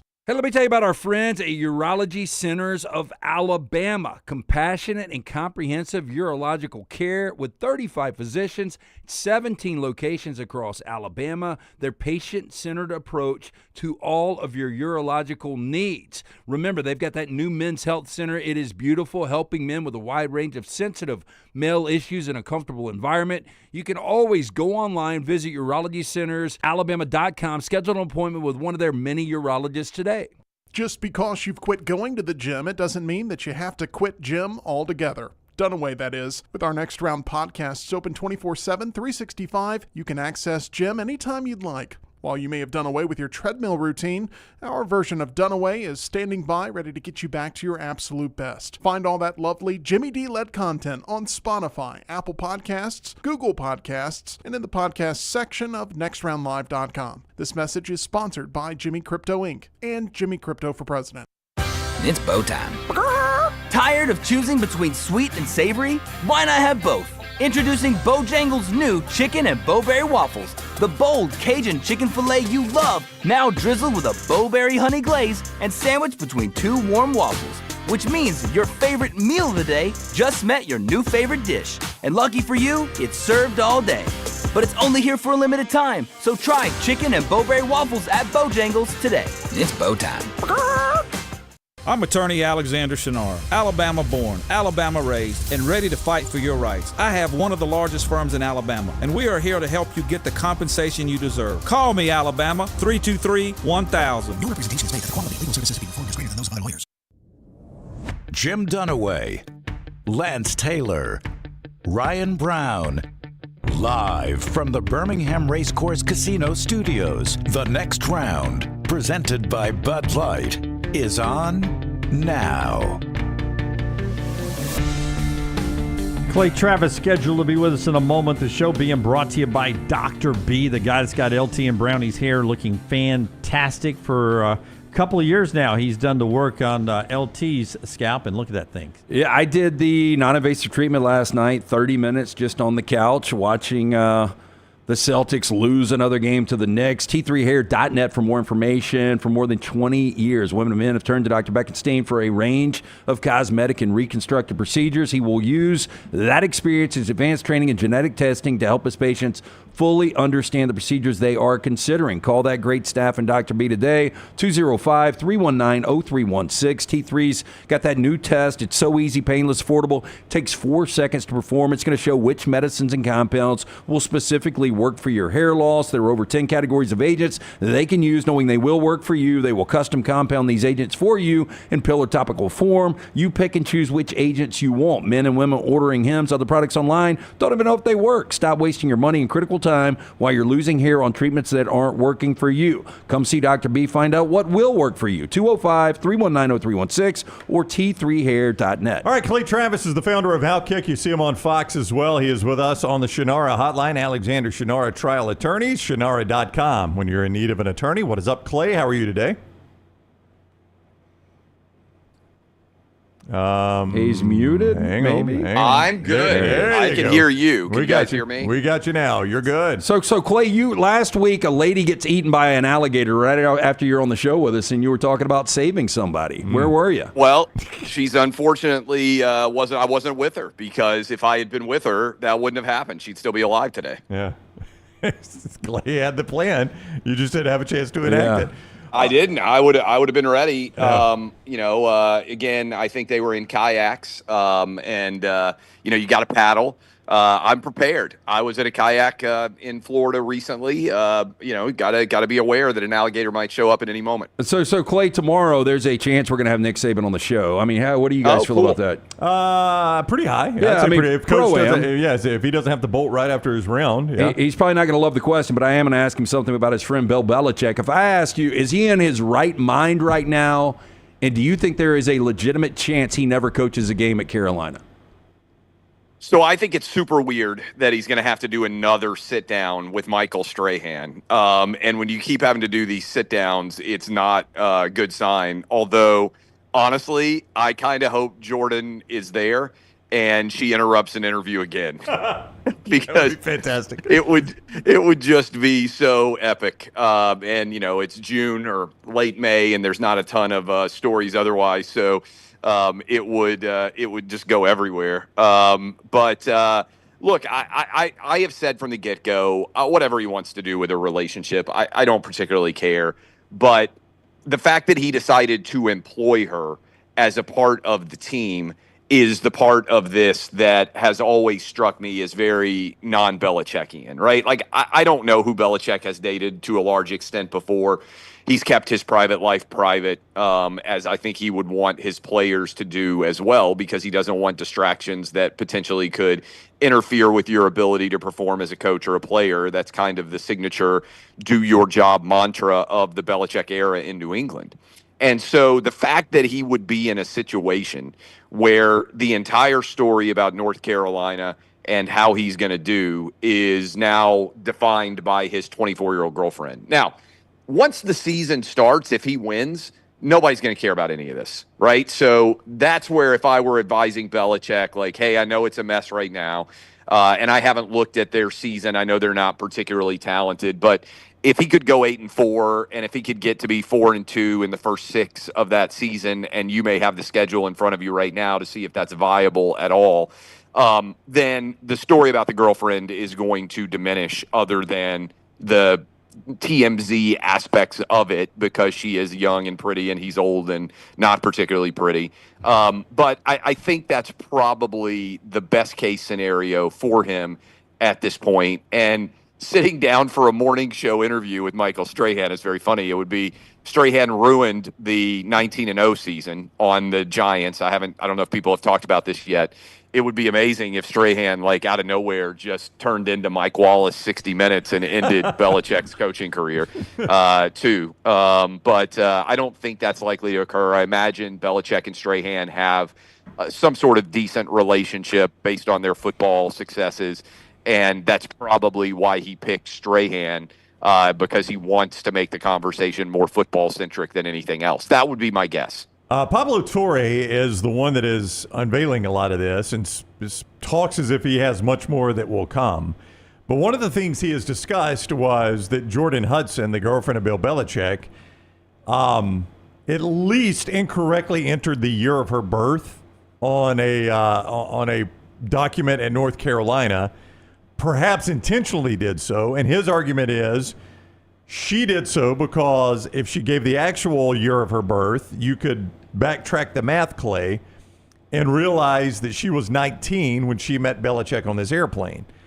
Does it matter to you that a 60-year-old is striking up a relationship, professional or not, with a 19-year-old versus a 20-year-old? I know one's a teen, one's a not, but does that make a difference? I mean, once the girl is over 18, I think probably there is an argument to be made that if you graduate from college, you're maybe more of an adult than if you're still a college kid. But I don't think that anybody's out there like, hey, I thought the Belichick relationship was weird, but then I realized she was 26 or she was 23, and it's going to be in some way clarifying if you have an issue for it.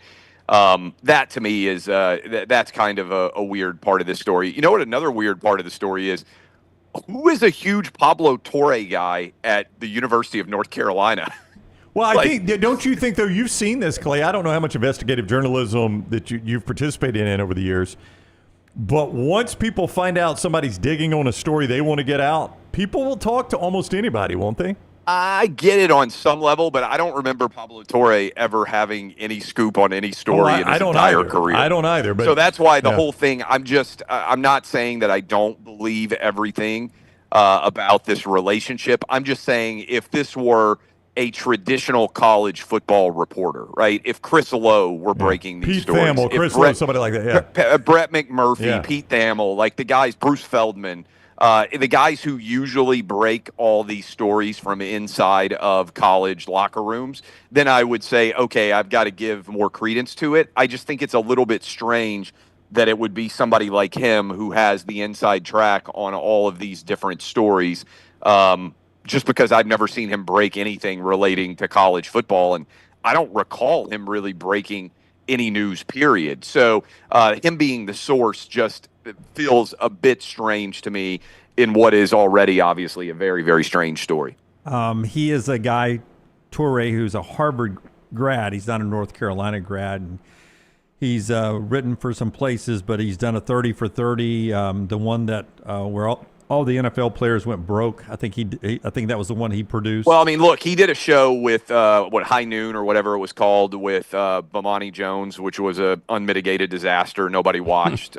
He is super woke as these things go, and so I just don't necessarily overlap, a Southern college football campus with Pablo Torre's strong beat. Yeah, I mean, it's a weird.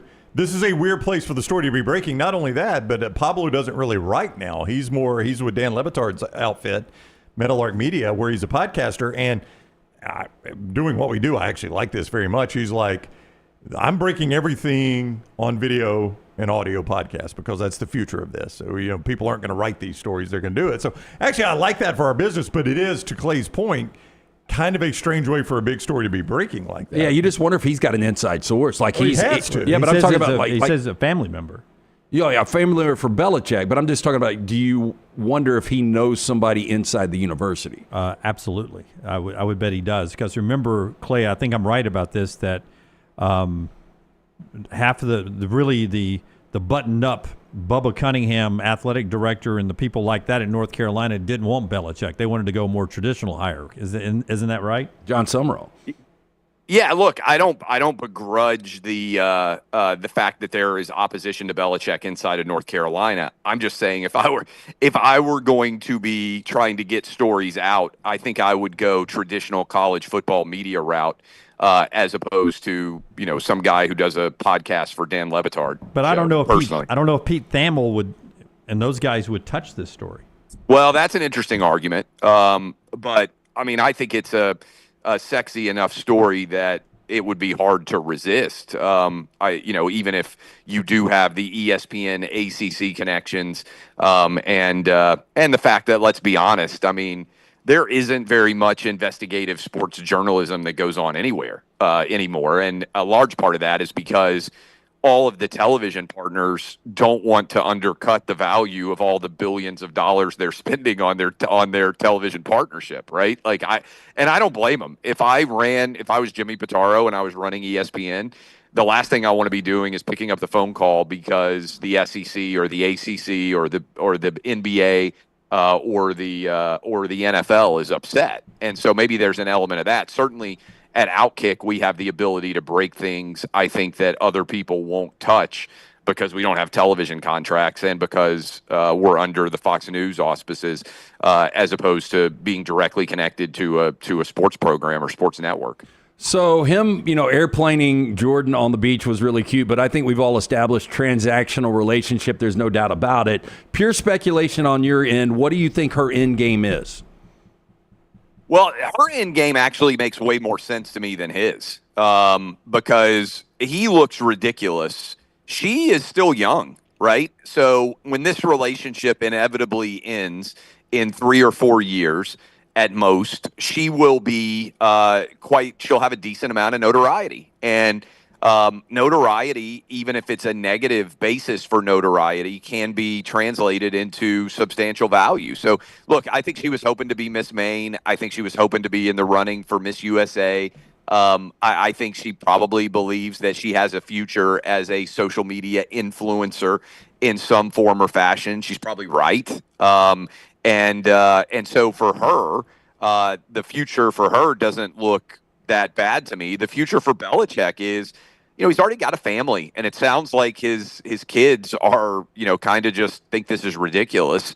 And it makes you wonder. I mean, I think you asked the question, LT, and to me, I think it's the most important question. Does Belichick still have his proverbial coaching fastball? At 72 or 73 or whatever the heck he is right now. It was maybe 74. I can't even remember exactly how old he is.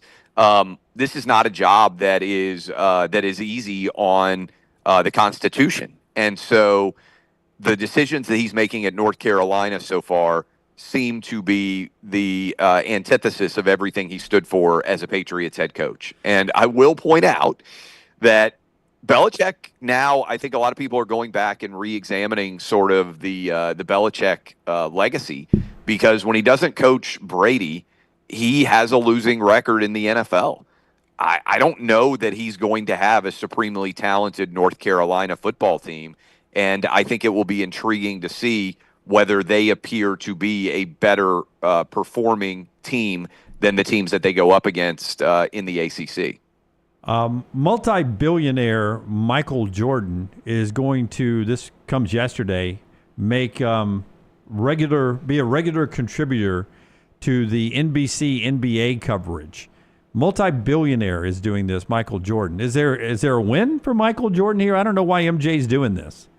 He must just think it's going to be fun. I think that's the only reason a billionaire basically does anything, right? Because the finance, once you're a billionaire, the odds of you being able to spend anything are low. This adds up to, I'm sure he's being paid well, but this adds up to me as Jordan just is kind of itching to get back into the NBA universe. He sold his share of the Charlotte Hornets, right? Yep. So he doesn't have a tangible connection to the NBA. I think it's brilliant of NBC. I've been arguing this for some time. If I were them, they have sort of an opportunity to create a fresh slate with the NBA.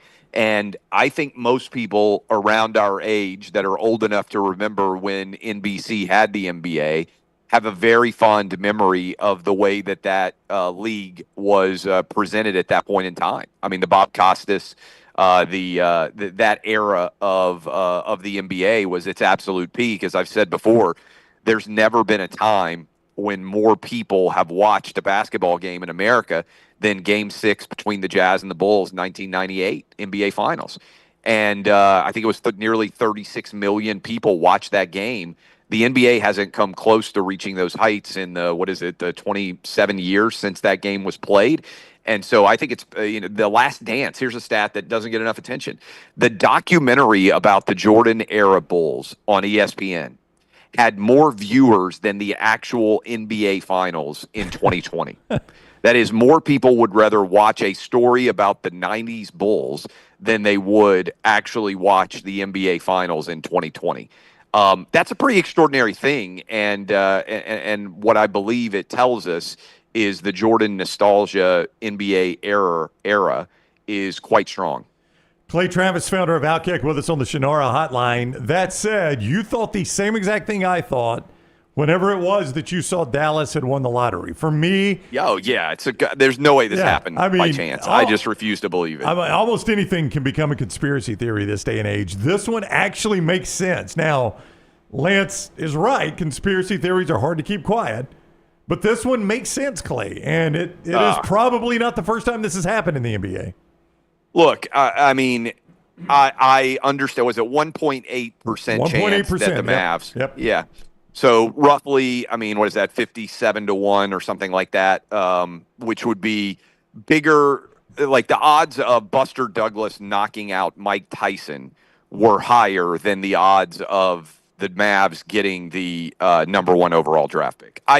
It's too. Sometimes oftentimes when people think conspiracies exist, it's when you string together a series of coincidences that seem impossible to justify standing alone, right? And so when it's not just winning as a 1.8% chance of winning, it's you make maybe the most inexplicable trade of all time, where you ship one of your all-time the best draw since Dirk in Dallas and one of the 2 or 3 most popular guys in the NBA.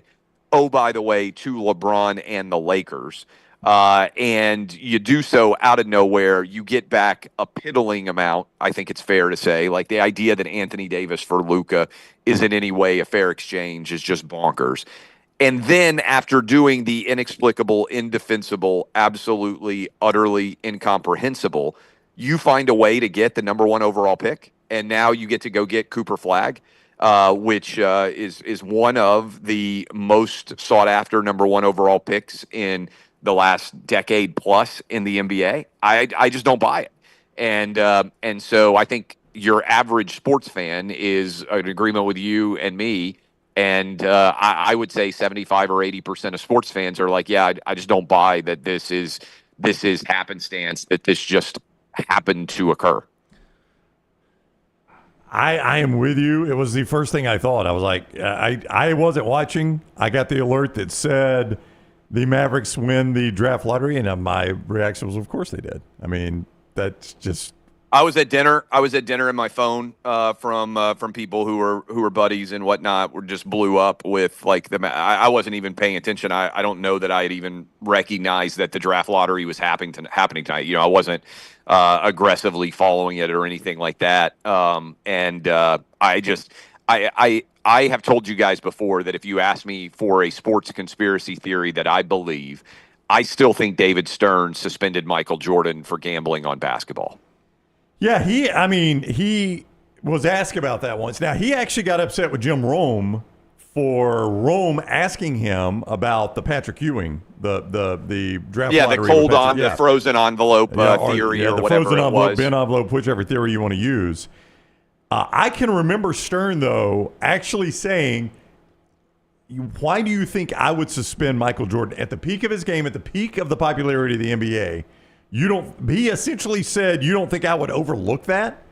I mean, that was kind of his argument. That's exactly the argument that I would make if I were David Stern and I had suspended Michael Jordan, by the way.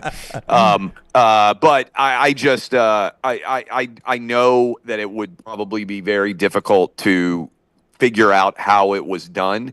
And here's the question that I think would be interesting. How many people would have to be involved for something like this to occur, right? Like, let's go in and presume that the caper is afoot and the NBA wants the Mavs to get the overall number 1 pick. How many people would have to know in order for that to occur? I don't know how that process would go down, but obviously the fewer the number of people that are involved, the better the chances are of keeping it quiet. In this one, bare minimum, Lakers front office, Mavericks front office, and NBA front office all had to know. Yeah, and it's impossible to keep that quiet. I mean, you kill the integrity of the league. It's never the same. I mean, I just think it's impossible. You just think it's totally coincidence that the biggest upset in draft history happened to go to the team that just made the most destructive draft choice. Clay, I'm a numbers guy. I said, look, if I was guaranteed a flight anywhere in the world, absolutely free, first class, and it had a 1.8% chance of crashing, I'm not getting on it, but I would think about it. Yeah, I get it. Yeah, I mean, 1 in 50, 1 in 57, whatever the total numbers are very low. My thought would be that if they did this draft 56 times, or 57 times, the Mavs would win it 57 times because that's who they wanted to win it.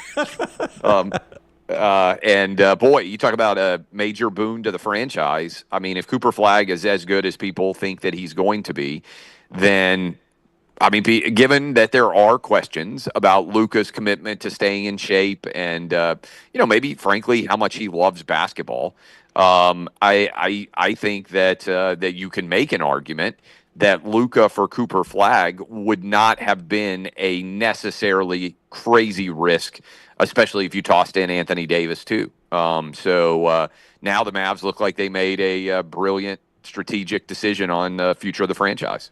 All right, he is Clay Travis. He is the founder of Outkick, at Clay Travis on social media, and he is on the Alexander Shunnarah Trial Attorneys Hotline. Thank you very much, Clay, for the time. Have a great week.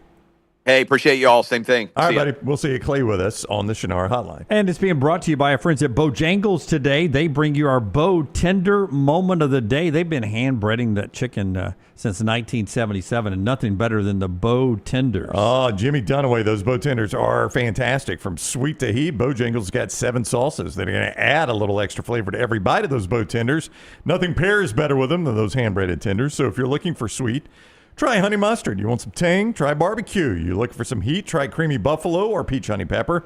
And if you're craving smooth and creamy, the house-made ranch, jalapeno ranch, or classic Bo sauce, ready for the waiting. Head to Bojangles. Order some hand-breaded tenders with your favorite sauce today. It's Bo time. And our tender moment of the day is we get Scott Forster here because Forster's here because Moody Softball, his daughter's team, took care of business yesterday in the state playoffs, and they don't play until 5 o'clock today for the championship. Walk us through the video here, Forster. That is right. Well, before the video, I'm going to show you Lake left field at Oxford yesterday. A little bit of rain. A little bit of rain. 6th inning, we had a brief monsoon. Yeah.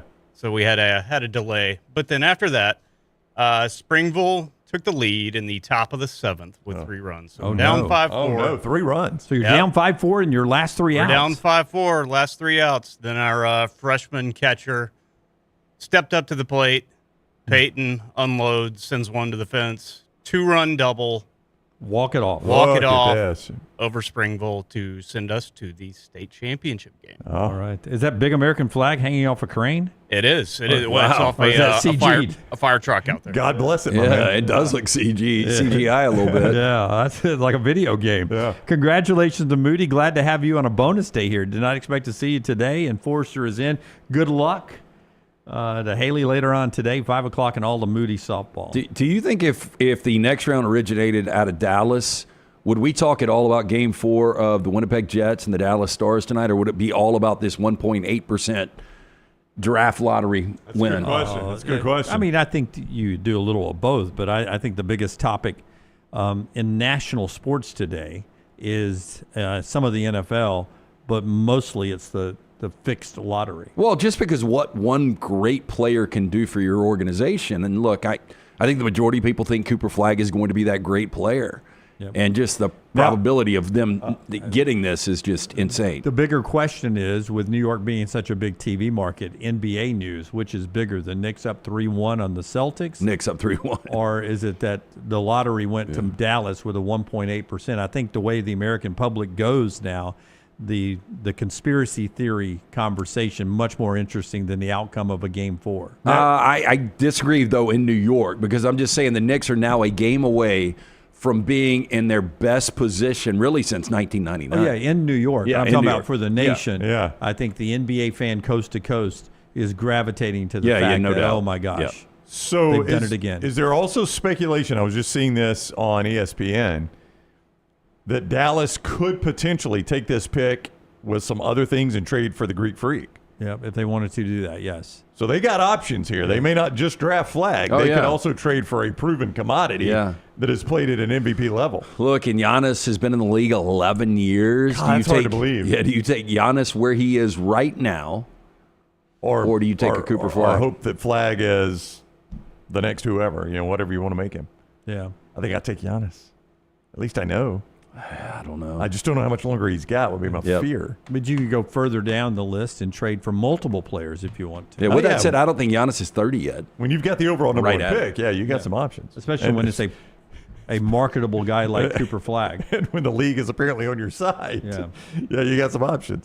Show today being brought to you by our friends at the Regions Tradition. We're out there tomorrow, Brownie, with our not only our live show, but also our Coca-Cola conversations. Yeah, we're going to have a good time out there. Now, I will tell you, we've had people ask, hey, where can we find you? We're going to be on number 10. The place we are is in the Walk-Ons Champions Pavilion. That is limited. It is a ticketed area there. So just as a heads up, not everybody can just walk up there and say hello. We wish you could, but we'll be walking around some too. And I have no tickets. I've already gotten hit up 3 times this morning. Don't hit us up for tickets. The Legends of Golf will be here. I saw Tom Layman this morning. Ran into old Tom Layman. Where? There's a well, let me finish this. Coca-Cola presents the Regions Tradition at Greystone May 14 through 18. See some of golf's greatest names like Ernie Els, John Daly, Stuart Sink. They compete for one of golf's most prestigious titles. 4 days of thrilling shots, unforgettable moments, and world-class golf, all in support of local charities. The Regions Tradition presented by Coca-Cola. Get your tickets now, regionstradition.com. regionstradition.com. It's the Regions Tradition presented by Coca-Cola. I'm being serious. If Tom Layman showed up at my house dressed in golf gear asking for directions, I wouldn't know it's Tom Layman. You would not recognize Tom Layman. Zero chance. Would you? Do you know who Tom Layman? I would. Tom Layman. The professional golfer. Yeah. Drummer for Rush? No. I think there's no chance I could pick this guy out of a lineup. Like, really good friends. That's Neil Peart, by the way. Really good friends of Tiger Woods, and that's like, Mark O'Meara. I know what in my head. You Google Tom Layman to see if that's who don't Google it. Let's show Dunaway and next break 4 pictures. You've already Googled it. Yep. Is that not Tom Layman? No, I think I was going with the other, Mark O'Meara? Yeah, it's the good friend of Tiger Woods. I would have walked up to Mark O'Meara and gone, Tom Layman, hey. Let me guess, Bojangles, you were there? No, it was just a convenience store, obviously near Greystone there, and I was stopping to get my daily Diet Coke on tap there, and Tom was coming out of the store. So I just did he have a 4 Locos and a carton of cigarettes? He did not. I think he was getting a cup of coffee. Yeah, so interesting. Also, our show being brought to you today by our friends at Way to Wellness. We'll do LT's Whiteboard Challenge coming up on the other side. Way to Wellness can help you get over the mountain when it comes to a challenge. Your journey to healthy living starts with one click of the mouse. Aplanforme.com. Aplanforme.com. Way to Wellness, your journey to healthy living, does several things. One, whether it's injection therapy, meal replacement, protein bars, a variety of different other options you've got there. They can help you with your weight loss, cholesterol control, and a ton of other stuff. And they do it with no contracts, no sign-up fees, and your first consultation is free. It's Way to Wellness. The website, again, aplanforme.com. Go see Leslie and that board-certified team. Aplanforme.com. Way to Wellness, your journey to healthy living. Follow LT on Twitter @TheLanceTaylor. I'm attorney Alexander Shunnarah, Alabama born, Alabama raised, and ready to fight for your rights. I have one of the largest firms in Alabama, and we are here to help you get the compensation you deserve. Call me, Alabama, 323-1000. No representation is made that quality legal services being performed is greater than those of other lawyers. Birmingham's favorite lawn party is back. The Regions Tradition, presented by Coca-Cola, returns to Greystone May 14 through 18. Watch golf's greatest legends and don't miss the star-studded Celebrity Pro-Am, featuring Nick Saban, Charles Barkley, Nate Oates, Hugh Freeze, and country star Riley Green. Soak up the sun at the White Claw Watering Hole and Casamigos Club. Enjoy the local food trucks and cap off the fun with Monsters of Yacht in concert Saturday following play. The Regions Tradition, presented by Coca-Cola. Get your tickets now. Twin Peaks is the best in the game. Here, you're in the red zone for every college rivalry and divisional matchup all season long. I mean, where else are the scenic views as good as your view of the game? Only at Twin Peaks, the #1 sports bar. Hey, there's nothing worse than waking up to a plumbing problem. Don't get caught in a flooded house. Call the guys at Hemp Hill Services. Adam, Chad, and the team at Hemp Hill are the only ones I trust to fix it and fix it right the first time. Hemp Hill Services does it right and always at a fair price. For all of your plumbing, cooling, and heating needs, trust the name that Birmingham has trusted since 1954. That is Hemp Hill Services. Call now, 205-229-2090. That's 205-229-2090. Start your day online with our website, nextroundlive.com, for the latest videos, podcasts, and college football stories. It's also a great way to stream the show or shop in the Next Round store. Stay connected by visiting nextroundlive.com. Hang out with the Next Round on the go. Whether you're driving to work, running errands, sitting on the beach, or you just need a break from the real world, we can keep you company. Check out The Next Round, Mystery Fifth Hour, and our other shows on your favorite podcast app. We'll meet you there. It's bow time.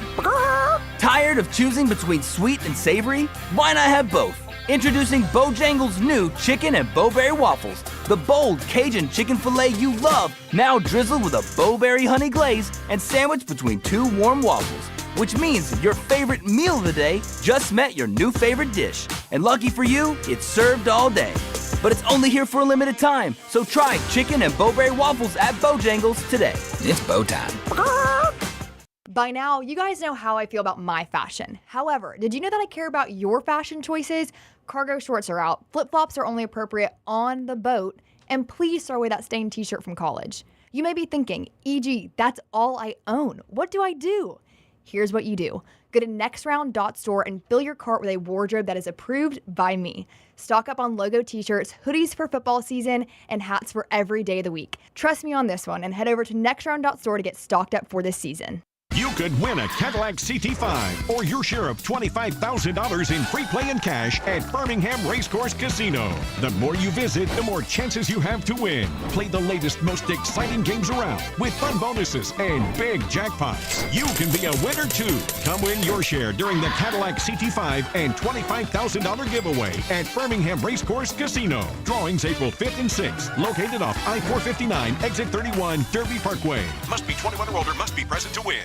Start your day online with our website, nextroundlive.com, the latest videos, podcasts, and college football stories. It's also a great way to stream the show or shop in the Next Round store. Stay connected by visiting nextroundlive.com. That's nextroundlive.com. I'm attorney Alexander Shunnarah, Alabama born, Alabama raised, and ready to fight for your rights. I have one of the largest firms in Alabama, and we are here to help you get the compensation you deserve. Call me, Alabama, 323-1000. No representation is made that the quality of legal services being performed is greater than those of other lawyers.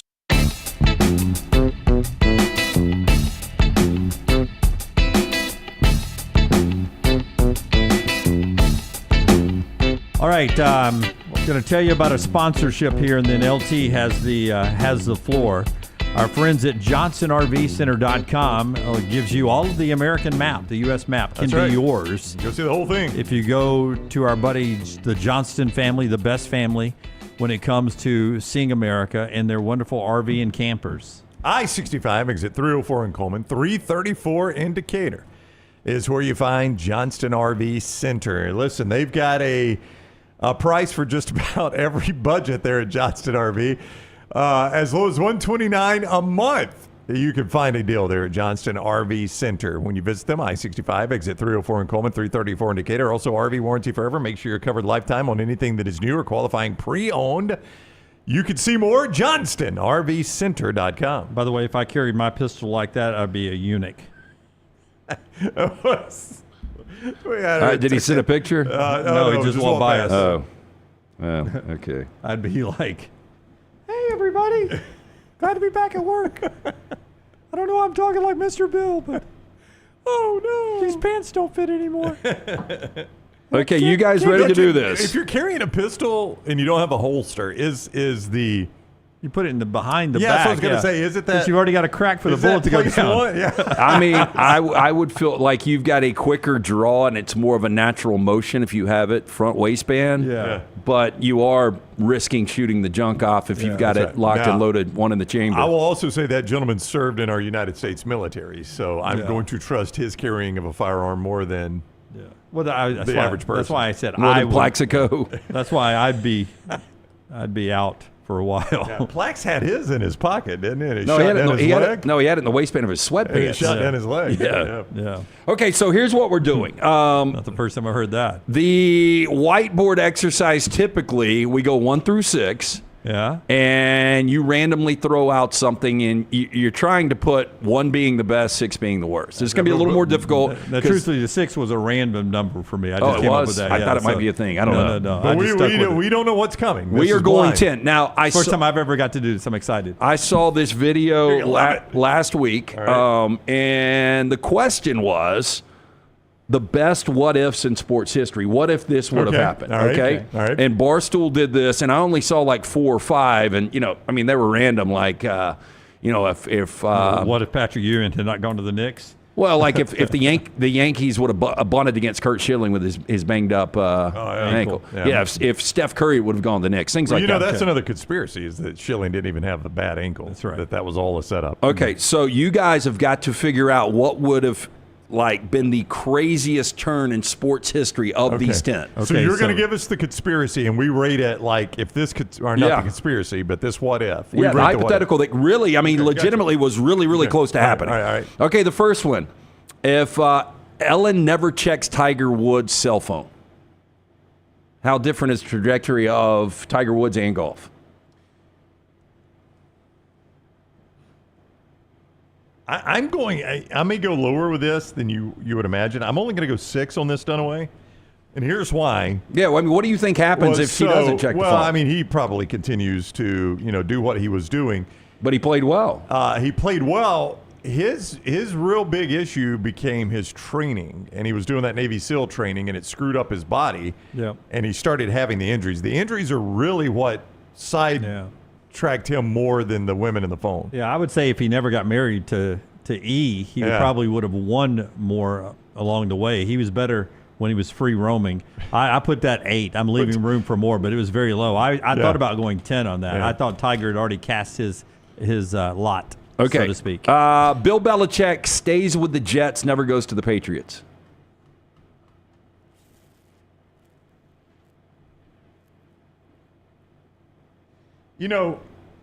So I'm going to go kind of low on this. I'm going to go 7 here. And the reason I'll go 7 is what probably changed the Patriots' fortunes more than Belichick being there was Drew Bledsoe getting hurt. And then you found your diamond in the rough. Yeah, does that still happen without Belichick? Did they draft Brady? I don't know. Yeah, is this on the list possibly? Yeah, potentially. I thought about 9 or 10 on this one, but I don't know what's ahead. So I went Bill as a Jet 6. It changes a lot with a name that's with Brady. Yeah. And I don't know if they could have done it because Bill's a no-nonsense guy with just Brady and a random other coach. So I went middle of the pack here. But I'm starting to believe that this was more Brady than Belichick. If Bledsoe next never gets knocked out versus the Jets in 2001. I'm going to go 3 on this one. Let's not forget that Bledsoe was really good. The Patriots were going to be in the postseason. Most people believe when Bledsoe went out that the Patriots were going to get eliminated really early with Brady. I think Bledsoe was on a Hall of Fame trajectory even. You go look at his numbers. Had he continued a career, maybe snagged a Super Bowl, he could be in the Hall of Fame. If Bledsoe, but he was never going to be what Brady became with that Patriots run, and that was the most dominant NFL run we've ever seen. I'll put that number 3. Yeah, I'll go 5, just one above. 1984 draft, Hakeem Olajuwon was locked in at number 1 to Houston. But then came number 2, Portland. Did they take Sam Bowie or did they take North Carolina's Michael Jordan? And it was a long decision. And they ended up going Bowie. Bowie had the knee problems. It never worked out. We know Jordan goes 3 to Chicago. But if Jordan goes 2 to Portland. Yeah. So let me ask you this question real quick. If Jordan goes 2 to Portland, Clyde Drexler was drafted right after him, right? Or was he already there? I didn't do a deep dive. I think Drexler. They probably don't go with Drexler because he and Jordan were kind of this. Drexler was not the same level of player, but you wouldn't need a Drexler and a Jordan. No. But I'm trying to remember who else was on that Portland team. Yeah, Kevin Duckworth was Kevin the center. Duckworth, Terry Porter. That's who I was trying to think of. Yeah, I go number 2 in this one. This one's huge. It is massive. Yeah, Isn't it? I put in number 2. But could he do it in Portland? Doesn't Portland just become what the Bulls were? Not necessarily. As you see right here, I put who's Pippen, but I put in number 2. Yeah. Yeah, what does Pippen's career look like if he doesn't go to Chicago playing with Michael Jordan? Yeah, do you even know who Scottie Pippen is? Or maybe he's his own star. Yeah, but I went number 2. I went really high on that. I'm going to go 5, and here's why I go 5, because Portland in the West, the East was much tougher than the West. The Lakers were still good. The Supersonics were good. Phoenix was good with Barkley. But I think Portland could have run the West with Jordan. I don't know that it would be that big of a difference. It would have just been in Portland instead of in Chicago. Drexler says Drexler was drafted in 83, according to Morgan, up in Louisville. Charles says Bledsoe still wins the Super Bowl that year. I don't know if that's the case, but he believes the year Bledsoe got hurt that they still go on and win the Super Bowl. Oh, there's no with Belichick. chance they win the Super Bowl. Yeah. Because with Bledsoe, even with Brady, they were like the fourth best team in the AFC. You remember the upsets? I mean, the upset wasn't an upset in the snow against Oakland, but the next week they go to Pittsburgh. Pittsburgh was 7+ point favorite in that game. Yeah, and then the Rams. And then the Rams were a 13-point favorite. Yeah. Next one. Cam Newton never steals a laptop in Gainesville.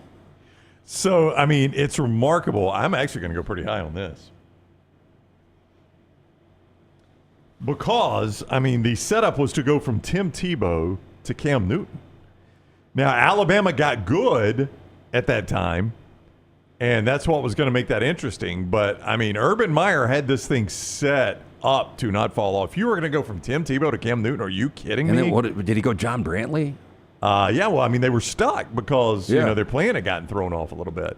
But I'm just saying it was one of the bigger downgrades quarterback-wise. No doubt. Number 3 for me, because it takes away Auburn's national championship. Probably, well, I mean, with everything going on, it could have led to another LSU national championship or another Alabama national championship that year. Or maybe Oregon's first. Maybe Oregon's first, which changed, Chip Kelly's life. But just quickly, think about the teams Alabama and Auburn and LSU had to beat in the conference championship game, because when Florida fell off after Tebow, the West all of a sudden started dominating. Alabama won it in 9, Auburn won it in 10, LSU won it in 11, then Alabama beat them in the national championship game. But in all those situations, the East team was very inferior to who the West was sending over there. I mean, South Carolina won the East one year. Yeah. Because Florida had fallen off just a little bit. A couple of pretty good Missouri teams, but yeah. Yeah, I mean, the Missouri teams that have probably played for the national championship, but they weren't a Cam Newton Florida team. So in 1996, when I was living in L.A., draft goes down. The Hornets take Kobe Bryant, and then they end up trading him for the rights to Vlade Divac. I was upset as a Lakers fan. I was like, this Kobe Bryant guy's not going to be this good. Right. I loved Vlade Divac. I will own that 100%. If Kobe Bryant never gets traded to the Lakers and sticks as a Hornet, I mean, I'll go kind of low on this. I mean, Kobe is... He's great, but is it more of a James Harden? Boy, I hate to compare him to James Harden. He just wouldn't have done it in L.A. Oh, wow. Number 1 for you. Number 1 on my list. Because to ease into the league with the Lakers organization, with Shaquille O'Neal, that was huge. And then he could develop the Mamba attitude and make that all work for him later on. I think when you're with an organization like Charlotte, it can cost you your career, the best years of your career. Smuff said it might be your worst take of all time. He's forgotten the Patrick Mahomes take. That was even worse. Oh, yeah, the Patrick Mahomes at 10 to Kansas City. Like, what are they doing here? Yeah, I've had some really bad takes. Yeah. You're going to kick yourself in the ass for that. Could end up being number 1, but I think you're probably going to want to go a different direction. How about this? And we're doing the best what-ifs in sports history. If the NCAA sanctions don't send Pete Carroll to the NFL after the 2009 season. Oh, that had fallen way off. And Saban and them were... What? In 2009? Is that when it happened? Yeah. Because they in 5 they lost, and 6, 7, 8, 9.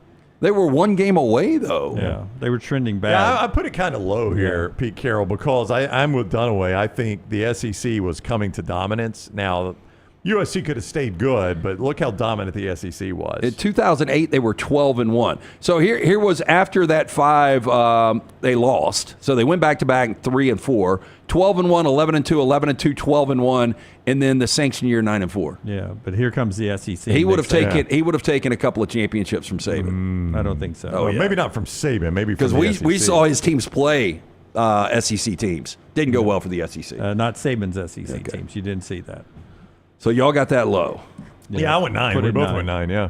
How about this? Drew Brees actually goes to the Dolphins. That's all right. Now, here's one I'll put high. And I'm going to put it number 1, in fact.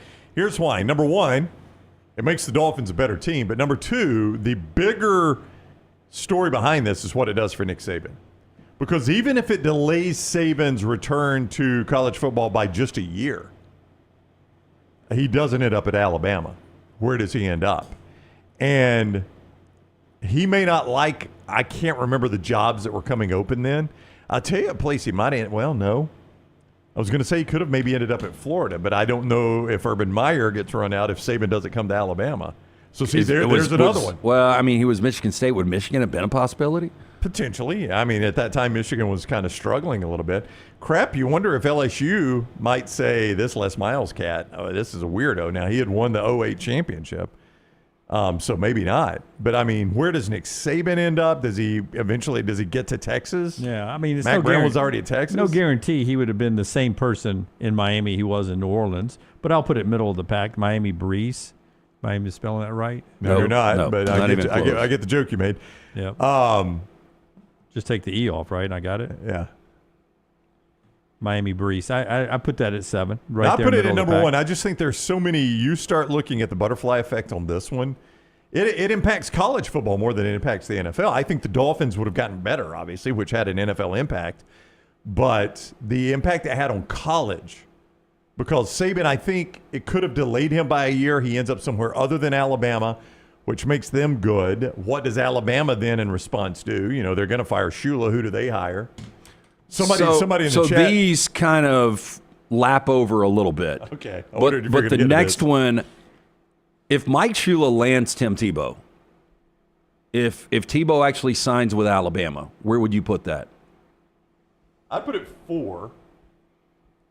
I'd put it 4 because, again, I mean, there's no way Nick Saban comes to Tuscaloosa. Shula doesn't get fired. Does Urban Meyer actually have the impact he has? That's right. Shula doesn't get fired. Meyer probably doesn't have the same impact, which probably means he doesn't end up as the coach at Ohio State at some point either, and wins a national championship there.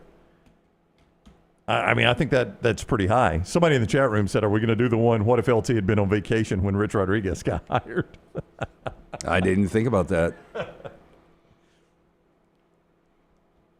I really don't think Feinbaum comes out with those comments. Probably not. Yeah. So, by the way, Landmine Believer says if Saban doesn't come to Alabama. Should I get a key to the, like, you need an honorary degree from Jack State. Yeah. I need a key to the city in Tuscaloosa. Key to the city of Tuscaloosa. It works at Innisfree. Yep. You already have that. Shula lands Tebow, I'll put that 4, leaving open the last spot. Yeah, I'm mid-10 right here, so this can't. I hope okay, it's so not this good. is one nobody really talks about, but I think this one is massive. And, like, you would never, if you went to every market, big sports market around, even in the college football markets, I don't think anybody would ever talk about this. I don't think people realize how close this was, though. If Kirby Smart gets the Auburn job. Well, I think he makes Auburn what Georgia became. No way. Are you kidding me? You don't think Kirby Smart can do at Auburn what he's done at Georgia? No, he would have been there until the Georgia job came open. He'd have been at Auburn a year or two, and he'd have bounced to Georgia. You really think that? Yeah, I'm perfectly fine putting that 10. Perfectly fine. Well, I don't. But if he would have gone, gone to Georgia eventually. Anyway. But if he comes in and in year 2 he played for a national championship, should have won one. I'm just saying, if he had that ascension that quick at Auburn, is he really going to leave Auburn? But he's not going to have that ascension at Auburn. So you don't think you can win at Auburn to the level you won at Georgia? No, I don't. Historically, I can say no. You haven't. Well, you haven't, but they haven't quite had the coach. But you got Kirby's coaching at his alma mater, and he took over a program that was pretty good. Yeah, right? but that 2013 Auburn team played for the national championship with Gus in year 1. Yeah. So when was he taking that over? 2013, 2012? That would have been it. Yeah, he would have replaced Chisholm. Yeah, and how much better of a coach is Kirby than Malzahn? So I'm going to say Kirby would have won a national championship. I think he would have. I'm surprised to hear you say this. No, I don't think Kirby would have won the national championship in 2013. You've been. He's the best coach in college football. He is now, yeah. He is now. But you don't think he could have done that at Auburn? No. But Gus could. Because he wouldn't have been at Auburn very long. Okay, now let's but if he would have won the national championship in year 1. I can't take that off the table. He's been there 4 years. Would you for 1 second take it off the table? And then tell me. Yeah. I mean, that's not that unreasonable a request, Jim. I'm taking it off the table. Okay, take it off the table. Day 1, they're back. I like it. If Kirby has been at Auburn 10 years, you don't think he could have the level of success? But he would have never been there 10 years, so that's why I literally just asked you to take that off the table. So if you take that off the table, Kirby coached at Auburn 10 years. You don't think he could have the success at Auburn that he had at Georgia in 10 years? Not the same success, no. Okay. I mean, Georgia is a better program, and Kirby's helped with that. But all I would say is year 1, Malzahn, they should have won that game. Kirby is a much better coach. I think we all agree. Yeah, but you would have to assume that they got to that game at that point. I'm not sure Kirby was that good of a coach early on that would have gotten them to that game. Okay. He made some mistakes early on. But let's just hypothetically say that they get to that game. Even if they lose that game, do you really think he's going to bounce after year one playing for a national championship? He's going to bounce whenever that job came open to go to Georgia, 100%. But I think part 100%. Of the reasons that job came open is because they knew they could get Kirby, right? That's right. But they would have known they could have gotten Kirby whenever that job came open from Auburn. And I don't know. They would have. They would have had to pay more than they had to pay Kirby earlier because they paid Kirby because he was a first-time head coach. Brown, is there a reason? Is he fighting because he's only got 10 left? No, I'm fighting because I just don't think you assume Kirby Smart stays his career like he's doing at Georgia the whole time at Auburn. He would eventually have gone to his school at Georgia. If Nick Saban had retired in 2012 after they beat Notre Dame and Kirby Smart took over in Tuscaloosa, same thing. He would have eventually gone to Georgia. So you think even if he took the Alabama job, 100%, he would have eventually coached Georgia. Well, I don't know if he had the alignment he liked at Alabama. That's different than Auburn, and here's why. Don't mishear me. And by the way, here. please tune in tomorrow because Kirby is going to get asked how close the Auburn job was, and would he have left Auburn? All right, so here is the difference in him at Alabama and him at Auburn. Is that he was already at Alabama, and Alabama had the proper alignment as far as boosters, head coach, and all that goes, which Auburn has struggled to have. Right. So Kirby could have taken that over and known, I've got the alignment I need. I'm going to have the backing of my administration and my boosters. Yep. I'm going to have the money and the facilities and It would have everything I been need. all great until he decided to go to Georgia. See, I just don't know if you leave for Georgia if you know you've got that alignment in Tuscaloosa. Now, he didn't know he would have that alignment at Auburn. He was going to risk that he would, Lance. I think if Auburn – why do you think he didn't take the Auburn job or Auburn didn't hire him? I forgot the reason. I heard multiple reasons. I don't know what you guys heard. But if you went back now, what would you put number one? Like sightseeing? The only thing I would change on mine is nothing. I'm perfectly 100% okay. I'm actually very list. happy with my number one because I think that Drew Brees, Dante Culpepper decision affected so much of college football more than the NFL. Yeah, I mean, I'm okay with Kobe. I probably would. I maybe put Brees up here where Cam is and flip those two, 3 and 7. Probably be my only. Isn't one. it crazy in sports how quick, close the butterfly effect is? Yeah, it happens in life too, right? Yeah, you just don't know it as much in life. Yeah, you don't know nearly as much. So much more popular or so much more visible in sports. Yeah, if Kennedy doesn't get shot, do we never really get into Vietnam, that kind of stuff? Oh, no. You can argue that. Probably don't. Yeah. That's a very good documentary right now on Netflix. Yeah. I thought it was Apple TV. Netflix. Okay. I started, there's probably one on Apple too. Yeah. I started with all the real, like the 5 episesode, the Vietnam War. Video. Yeah. Oh, yeah. I watched the first episode of that. It's really good. Yeah. The first gunfight of Vietnam that we captured, right? Didn't know we captured it all on video. Oh, really? Yeah. Basically the first explosion, right? The first shots fired. I would not have wanted, being a video reporter in that war would not have been fun. No, thank you. Yeah. I never really thought about how inexperienced the platoon leaders were. They'd been trained for like 30 days, and then they're out in the field, and they got to lead the men. And the guy made a decision, hey, we're going to go get those guys, saddle up, let's go. That's tough. Yeah, tough call when you had no in-the-field experience. All right, that's LT's blind taste test, if you will, of 10 what-ifs in college or in pro sports and college sports, all of sports history there. Brought to you today in part by our friends at Hemp Hill Services. Hot or cold, LT? Tell us about our friends at Hemp Hill. Yeah, 205-229-2090. Hard to stop a train. Call them today. Ask about that HVAC unit. New ones, $1,000 off, 0% financing. Whether you experience plumbing, heating, or cooling issues in your home or business, they are ready to serve you. 205-229-2090. Call Adam, Chad, Andrew, the guys there. Hard to stop a train. For more information, hemphillservices.com. It's almost bow time for you. From sweet to heat, Bojangles got 7 sauces that definitely add a little extra flavor to every bite. Nothing pairs better with those sauces than the hand-breaded tenders you get right there at Bojangles. So if you're looking for sweet, try honey mustard. Some tang, try barbecue. If you want some heat, try creamy buffalo or peach honey pepper. And if you're craving smooth and creamy, the house-made ranch, jalapeno ranch, or classic Bo sauce ready and waiting. So head to Bojangles and order some hand-breaded tenders. With your favorite sauce today, it's Bo time. Follow Brownie on Twitter and Instagram at Ryan Brown Live.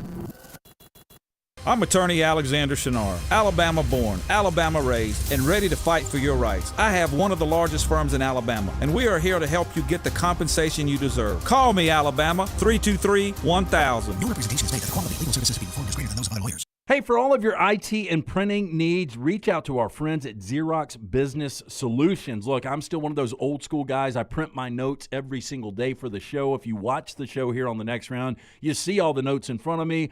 From day one, Xerox Business Solutions, they've been with us here at the Next Round. Local for over 45 years. For all of your IT and printing needs, visit XeroxBusinessSolutions.com or call 205-969-3000. That's 205-969-3000. Looking to expand your business? Let the Next Round help you. Contact us, sales@nextroundlive.com, and be part of the team. Advertise your product to hundreds of thousands of potential customers on our ever-expanding platforms. The Next Round can take your business to the next level. Join our existing partners in the fastest-growing media space, both live and on demand, while reaching the most desirable audience for your business. Get more information by emailing sales@nextroundlive.com, and one of our team members will work with you to build a plan to take your business to the next level using the Next Round. Birmingham's favorite lawn party is back. The Regions Tradition, presented by Coca-Cola, returns to Greystone May 14th through 18th. Watch golf's greatest legends and don't miss the star-studded Celebrity Pro-Am, featuring Nick Saban, Charles Barkley, Nate Oates, Hugh Freeze, and country star Riley Green. Soak up the sun at the White Claw Watering Hole and Casamigos Club. Enjoy the local food trucks and cap off the fun with Monsters of Yacht in concert Saturday following play. The Regions Tradition, presented by Coca-Cola. Get your tickets now. Twin Peaks is the best in the game. Here, you're in the red zone for every college rivalry and divisional matchup all season long. I mean, where else are the scenic views as good as your view of the game? Only at Twin Peaks, the #1 sports bar. Hey, there's nothing worse than waking up to a plumbing problem. Don't get caught in a flooded house. Call the guys at Hemphill Services. Adam, Chad, and the team at Hemphill are the only ones I trust to fix it and fix it right the first time. Hemphill Services does it right and always at a fair price. For all of your plumbing, cooling, and heating needs, trust the name that Birmingham has trusted since 1954. That is Hemphill Services. Call now, 205-229-2090. That's 205-229-2090. Follow Next Round Live on Twitter, Instagram, Facebook, and YouTube. The social media team at Next Round Live is dedicated to giving you daily news conferences and practice video from UAB, Alabama, Auburn, and around college football. Follow and compare to the sites you used to visit. You'll also get the latest highlights and news from the Next Round Daily Show. Turn on the notifications so you don't miss a thing. Next Round Live on Twitter, Instagram, Facebook, and YouTube. See more at nextroundlive.com. It's bow time. Tired of choosing between sweet and savory? Why not have both? Introducing Bojangles' new chicken and bowberry waffles. The bold Cajun chicken filet you love, now drizzled with a bowberry honey glaze and sandwiched between two warm waffles. Which means your favorite meal of the day just met your new favorite dish. And lucky for you, it's served all day. But it's only here for a limited time, so try chicken and bowberry waffles at Bojangles today. It's bow time. I'm attorney Alexander Shunnarah, Alabama born, Alabama raised, and ready to fight for your rights. I have one of the largest firms in Alabama, and we are here to help you get the compensation you deserve. Call me, Alabama, 323-1000. Your representation is made that the quality of legal services being performed is greater than those of other lawyers. Jim Dunaway, Lance Taylor, Ryan Brown. Live from the Birmingham Racecourse Casino Studios, the Next Round, presented by Bud Light, is on now. All right, some interesting stuff to get to in the final hour of our show here, including the measurements that came out for Tahad Pettiford yesterday from the NBA Combine. This after Dallas won the lottery last night against all odds. A 1.8% chance of getting it. They got it and likely would draft the face of their franchise, Cooper Flagg, at that point. All this hour brought to you by our friends at Champy's, world-famous fried chicken, champyschicken.com, Highway 119 in Alabaster. Go by NC Sterling and the crew down there for an unbelievable destination lunch location. Your opportunity to swing by there and entertain business clients or just have a great lunch or dinner to yourself. Happy hour is always fantastic. Brined overnight chicken, unbelievable food right there. And you get it all thanks to Sterling and his crew over a decade at the same location, just off Highway 119, easy off the I-65 exit at Champy's Chicken, champyschicken.com. All right, the Pettiford measurements come back from the NBA Combine. He's not 5'11", like Bruce had said on the show. He's not 5'11 and a half, but he's not 6'1 either. He slides in there at a nice little 6 foot, 6.5, with a really good wingspan. Official measurements, 6 1/4, 6 foot and 1/4 inch, barefoot. A little more with shoes on. 168 pounds, 6.5 wingspan, and an 8 foot standing reach. So the wingspan is good. The height is sort of borderline. Everything's under the NBA average. But it checks the box of we can't take this guy because he's not under 6 feet. By the way, he plays a lot taller. A lot of people don't, you don't see it, but his explosion, like his athleticism, has he done his vertical yet? I'm sure he has. I did not see that number. Yeah. I'm just saying he can play bigger than 6 feet. So I think the 6 feet number, by him just getting there with no shoes on, I think it keeps him in the draft. Yeah, I mean, across the board, he's going to be under the averages, but you knew he was under the averages. I think, checking the box on 6 feet or under 6 feet was the big question there. It's a 1/4 inch. I mean, that's not a lot, but it's weird to say how much that 1/4 inch is going to matter for him in the minds of these NBA people. They just don't draft guys that are under 6 feet. I mean, it's just the way the league has worked. I think he can be tremendous. I still don't think he goes in the first round, though. Jack writes in and says, guy had a lot of dunks for a guy his size on breakaways, had great jumps with that shooting ability, and with his standing reach, it's more than Reed Shepard, Rob Dillingham, and others that he names here, including Mark Sears. I saw a Bleacher Report plugging in the names from the lottery last night, and Todd Pettiford didn't go in the first or the second round, according to the Bleacher Report. Now, yeah, he'll go in the second round. I feel really, really good about that. First round, no Mark Sears either, by the way. Don't see it. I don't think Sears is going to get drafted. Yeah, he had Janai Broom, this guy at the Bleacher Report, 33rd to Charlotte. Had Phylon 36 to Brooklyn. Had Yax from UAB, Lindenborg, 27th, first round guy. Wow, good for first him. round guy to Brooklyn. I mean, I'm looking at one evaluation here. They've got Mark Sears, the 39th guard. Ooh. Right. Yeah. That's a size thing. Yeah. That is a size thing. And just put that in perspective, where's Phylon and Pettiford? On this, Pettiford is the 18th guard and Phylon is the 22nd guard. Yeah. I mean, that's in not drafted territory. That is. Yeah, it is. Yeah. Yeah. So your gut tells you. I think Pettiford will get drafted. I think Phylon will get drafted, but I think it's back half of the second round, and those guys can make more. Yeah. I don't know what Phylon will do. I think Pettiford comes back. I hope both come back. Yeah. It would be smart for Pettiford to come back, in my opinion. I don't think he will. Despite it being a nice little half inch or to an inch taller than I thought. Yeah. I mean, I just wonder, and I don't know this because I've never been an NBA scout. I know some scouts. I guess I should have asked them. But you've probably watched him and like, God, I wish I knew how big this kid was. Like, because he's borderline, right? And as a scout, you've probably watched him do a lot of things and like, yeah, but he ain't 6 foot, so I'm wasting my time here. Yeah. So you wonder now that I watch him through a prism of knowing he's tall enough to play in the NBA. Yeah. By a 1/4 inch. I would say it's nothing that you can't do with that height offensively. It's can you do it against guys defensively who are taller? Right?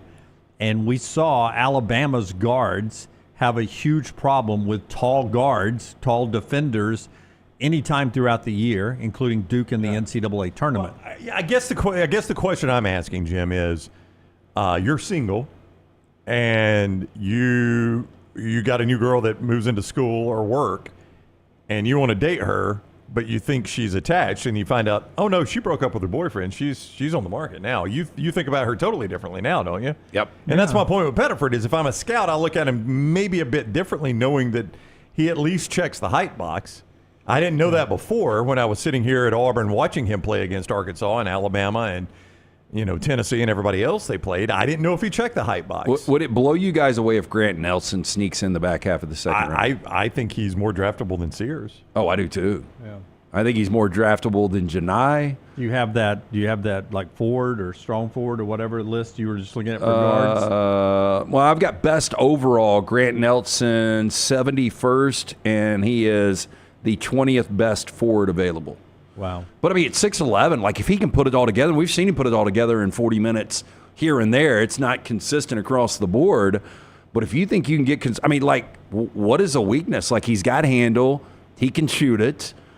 He's athletic, like he's got length. I mean, I don't know where there's really a negative when it comes to Nelson outside of the consistency. Yeah, Nelson feels like a good 4-minute a game role player guy, right, for an NBA team, and he can play the position. He is size-wise big enough to play the position he's going to have to play in the NBA. The problem with Sears is with his size, he's got to be a point guard and he's got to be Jalen Brunson. Fair? Yeah, and Jalen Brunson's just tremendous. Well, now, he is. But you get 2.5 inches tall. Now, Brunson. But my point with Sears is you can't play him at the 2 at that size. No, game. Not in the NBA. Impossible. And as good a shooter as he is, you'd kind of like to play him at the 2. You'd like to give him the Steph Curry treatment. Well, Steph's 3 or 4 inches taller than him. But you just can't do that with Sears. Yesterday, we also get a big ruling for Ante Bezornik from College of Charleston, denied extra eligibility after playing sometime in Division II. A judge does not see that the eligibility rules, that they're not commercial by nature. So that's the Chaney Johnson effect. So no Division II temporary restraining order or anything that would follow Diego Pavia, what that did for the JUCO players. Right now, no judge has signed on to do that for anybody who played D2 or D3 basketball or football. So right now, those 140-plus players who've entered the portal with no eligibility left, they're still in limbo, and that may take the Supreme Court getting involved for that to change down the line. One more basketball thing here. Well, it's all of college sports before we get to 4 downs. The NCAA, according to reports, looking into removing professional betting as a ban for college athletes. Wait, so remember all the problems we've had at Iowa State and Iowa and these other places where people have gotten dinged for betting on things like DraftKings and on FanDuel from inside a football building or being a college athlete for betting in general anywhere. Yeah, not betting on your sport, but betting in general, period. That's right. In college athletics. The NCAA is looking at removing the ban on pro sports betting for NCAA athletes. Well, I find it weird when you have a ban on things that are legal in your state. So if I live in, I don't know if it's legal in Iowa, but there's, I think, 20, 30 some odd states where sports gambling is legal. And if I am of the age that I'm allowed to do that, and I reside in one of those states or I'm visiting one of those states, why are you telling me I can't do it? Right. Legally, I'm allowed to do it. Yeah, and it's kind of like, there are states now where weed is legal. Right. And, it becomes tricky because I think there was a time where as a head coach you could be like, okay, I don't care if it's legal, you're not doing it. I don't care if you can legally gamble on Knicks Celtics tonight, you're not doing it. But as soon as you do that, then they're like, well, I want to smoke weed and I want to gamble. I'm going to go play for somebody that'll let me do it. Yeah, and that's the challenge you run into. The problem with the NCAA is it is a blanket rule for everybody in this situation. And I mean, it needs to be policed, and that's why there are regulations that police it. We don't need guys that are playing a football season to bet on football games. You don't need that. But if a guy's betting on a basketball game and he plays Tulsa football and he's betting on Tulsa basketball game, if he's legally able to do that, he is of age. Yeah. Why do we have a problem with that?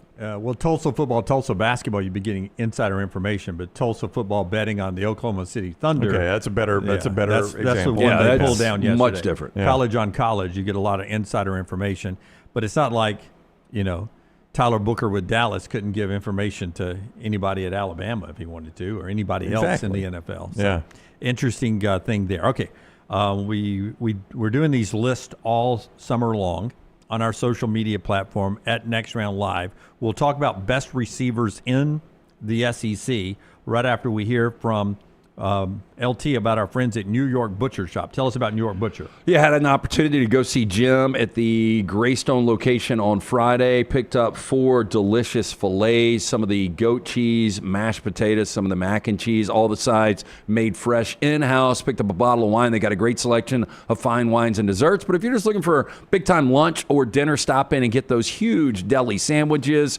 2 locations, Cahaba Heights, Highway 119 and Greystone. And remember, coming up Memorial Day, Dunaway asked about it yesterday, the Boston butt sale, hickory smoked, fully cooked, $39.99. Oh, I love big butts. Order yours Don't today. lie. Available for pickup May 21st through the 24th. Either location, Cahaba Heights or Greystone, reservations only. But order that Memorial Day Boston butt sale. Again, hickory smoked, fully cooked.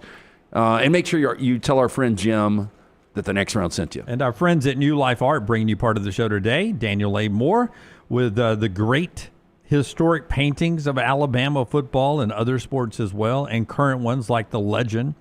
You can go and look at everything they have to offer with Father's Day coming up. DanielMooreArt.com.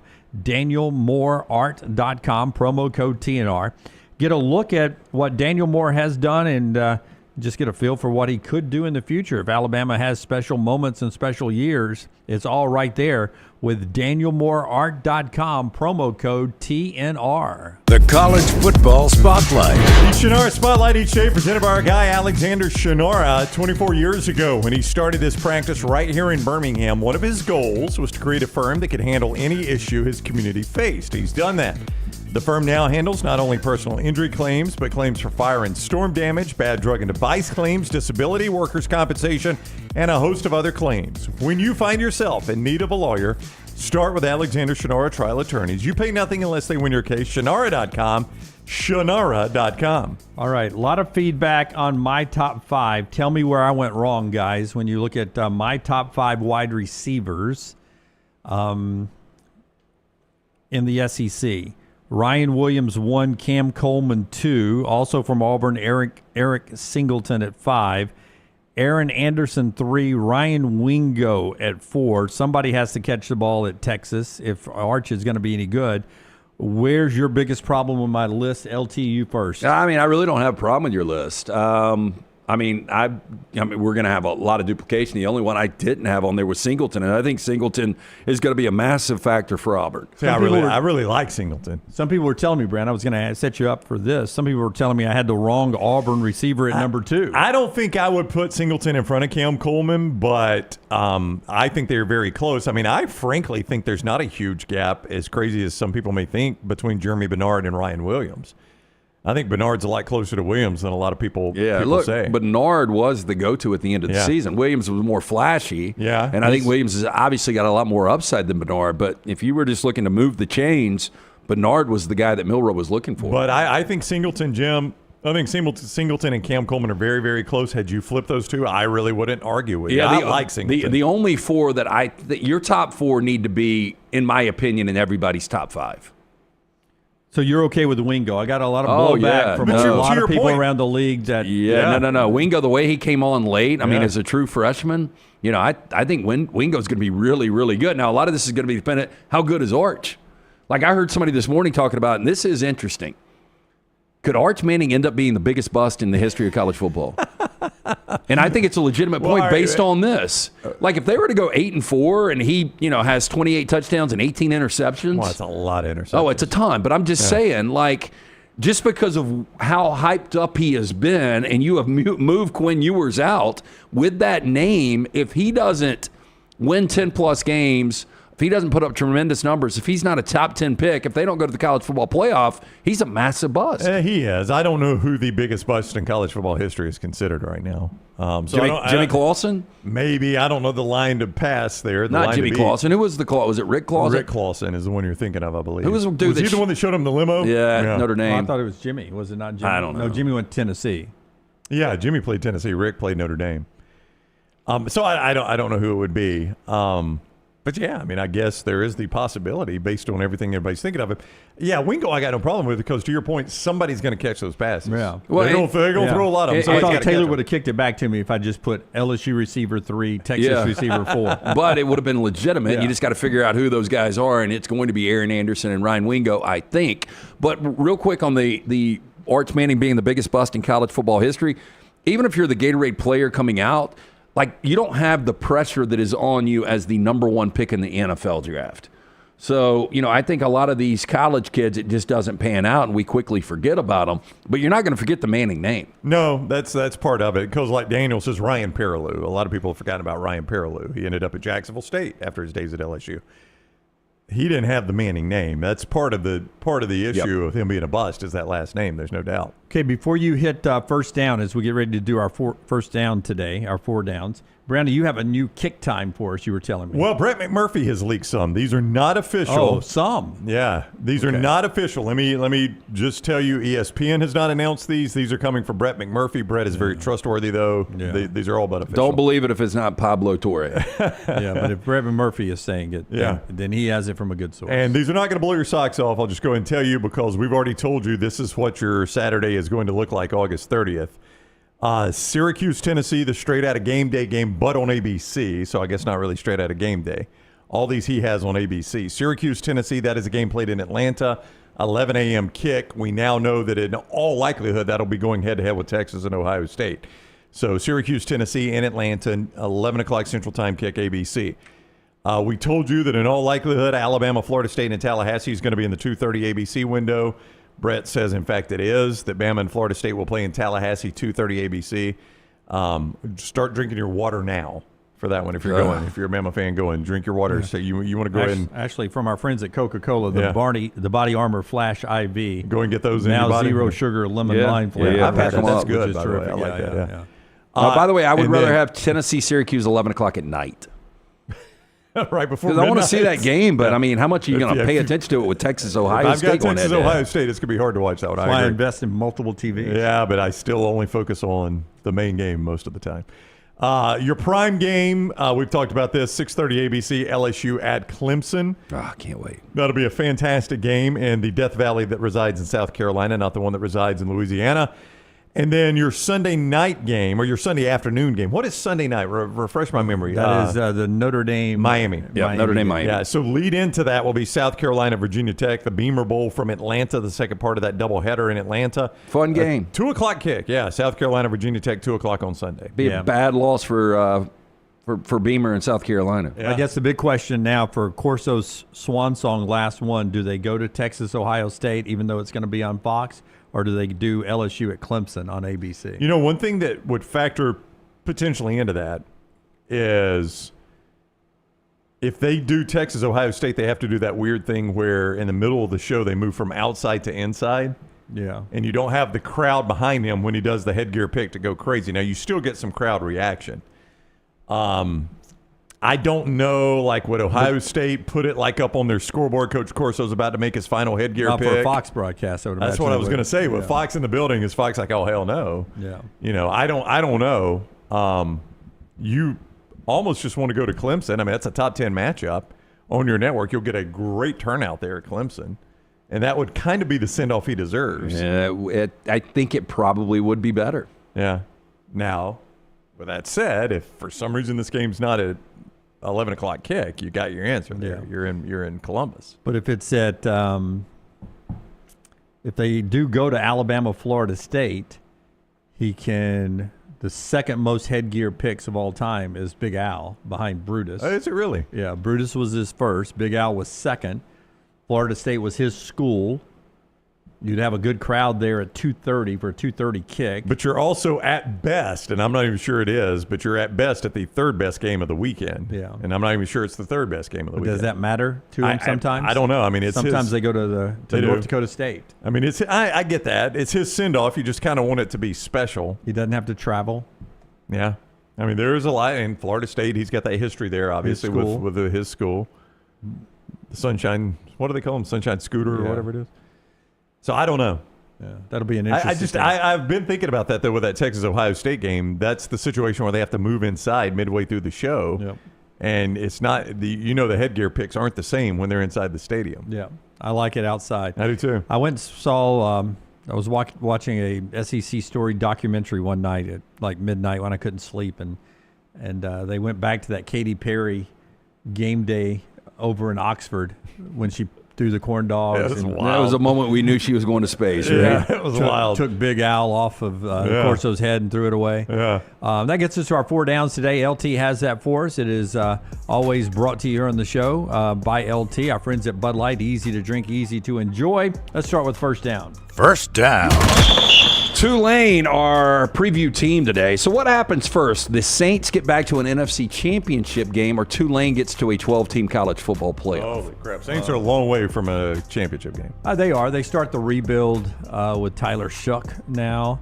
They don't have a win in that quarterback room, but they are in the South. But they got to get to an NFC championship game. But you think about it. Group 5, you're only going to get one a year. One a year. That'll probably continue, but not even guaranteed after this year, to be honest with you, at this point. I was obviously out when this happened. Do you guys think that they knew this about Carr when they drafted Shuck? Yes. Yeah, they had to, right? This was not a surprise to them. They didn't take Shuck to the 3rd round. I know, but because they're focusing on Arch Manning, probably. Yeah, right? I think that's what they're looking at. Yeah. It wasn't, hey, look, we can't find our franchise, the guy that's going to lead us to the promised land in this draft. That's right. So we'll let Radler, Hayner, and now Shuck battle this thing out, and then we'll, I don't want to say tank it, but they probably are. I think you gave them 3 wins. 3 and 14 is where I put them. That's about right. What they'll be this should year. get you Arch Manning. I would say I'm going to take Tulane to sneak in there, though I'll keep it open with an asterisk that says there's no guarantee the Group of 5 has an automatic slot starting in 2026. Yeah, I think I would go Tulane. Don't like either one of them, Yeah, by the way. I think I would go Tulane, too, just based on the fact, like, if you're ranking teams in the NFC,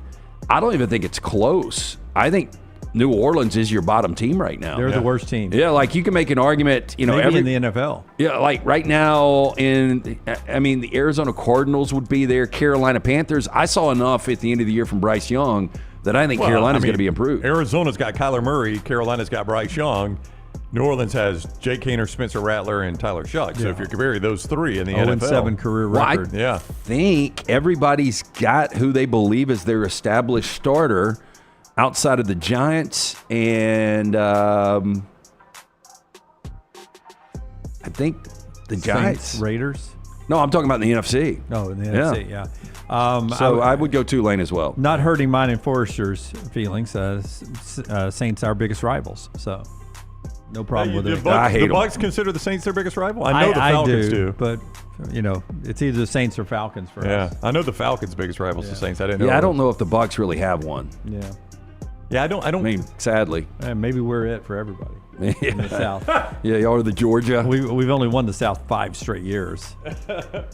Second down. In the playoffs 5 straight, won it 4 straight. Jackson Dart, all of 22 years old today. What happens first? Jackson Dart wins 10 games as a starting quarterback in the NFL, or John Summerall gets a Power 4 job? Summerall gets a Power 4 job. I mean, Dart's a long way from winning 10 NFL games. Yeah, probably should have had the North Carolina job last year. Could easily see him going 8-4 this year and taking over Florida State or Ole Miss. Yeah. Yeah, I did say Whichever this. one Lane Kiffin doesn't want to coach. When you were out the other day, you start to look at this. If Jackson Dart ends up being a franchise quarterback, you've got what is going to be a dominant receiver in Malik Neighbors. If they would have kept Saquon Barkley with what you've got on Thibodeau on one edge and now Abdul Carter on one edge. No, that's a good nucleus. Yeah, you've got a little foundation there. Yeah. Did you guys see Dart's first press conference when he walked in? It was tremendous. I thought that was really cool. Yeah, he walked in, for those that missed it, and said? He said, hey, if you don't mind, before you ask your question, could you identify who you are so I could start putting names with faces? Yeah. Say your name and who you work with so I can start putting name and faces. You know what that says? That says, I plan on being at this franchise for a long time. Yeah, I love good to know it. each other. And I'm sure you guys probably have seen, Brian Dable, all these guys, working guys on the whiteboard. Dable seems almost to be the most complicated. And what they put Dart through, and Dart was just, immediate reactions. So impressive up until this point. We'll see what he's able to do once, he starts taking live snaps. Third down. Oh, Dennis Rodman, 64 years old today. Better career, Dennis Rodman or Dennis Quaid? Ooh, I'm going to go. That's a great question. I like Dennis Quaid, but I'm going to go. Oh, that's so close. I just don't know. Like Dennis Quaid, I never saw Light Earp, and I know he lost like 150 pounds eating nothing but lettuce and water. I've just never, like Dennis Quaid's never been in a really good movie outside of like Breaking Away. Yeah, I was going to ask what his best role is. Yeah, I mean, it's just always, he's kind of like, hey, we need a B-list actor. Let's get Quaid. But I much prefer Randy Quaid. Wasn't he in some space movie? Inner Space, yep. Inner Space? Dennis Quaid was? Or Randy Quaid? Dennis Quaid. Yeah. He's had a good, solid career. No, he's had a really good career. But so did Rodman. I mean, I'm torn between Rodman. I'm taking Rodman because of championships and pound for pound, one of the top 5 rebounders of all time. Yeah, championships, though. I mean, he got drug along to those championships. Yeah, he was a role player. He had a big part, but he was a role player, much like Dennis Quaid is oftentimes a role player in movies. He won them, but if it not for Michael Jordan, he doesn't. Yeah, but you tell me a movie that Dennis Quaid has really carried. DOA, The Rookie. You ever seen that one? Awful. It's a family movie. It's not The Godfather. It won't kill anybody. He does a lot of voice work with Strays. Well, I tell you what, his role as Reagan, like I have people tell me, oh, you got to go watch it. It's fantastic. And I brought it up, and y'all were like, that is awful. It's got to be awful. I've yet to hear a good thing about that movie. It's 50-50 for me. I hear people, somebody in the chat room's like, David's like, Reagan, go watch Reagan. The Parent Trap, maybe his best movie. Are you kidding me? As I look at it, Frequency. Did you like Frequency? That was he right, Jim. Yeah, that was he and Jim Caviezel. You remember that movie, Dunaway? His old man was a fireman and died, and they somehow... Yeah, I'm telling you, man, they're like, it's a cheesy script. Let's get a B actor. Let's go Dennis Quaid. Yeah. I didn't like Frequency. Yeah.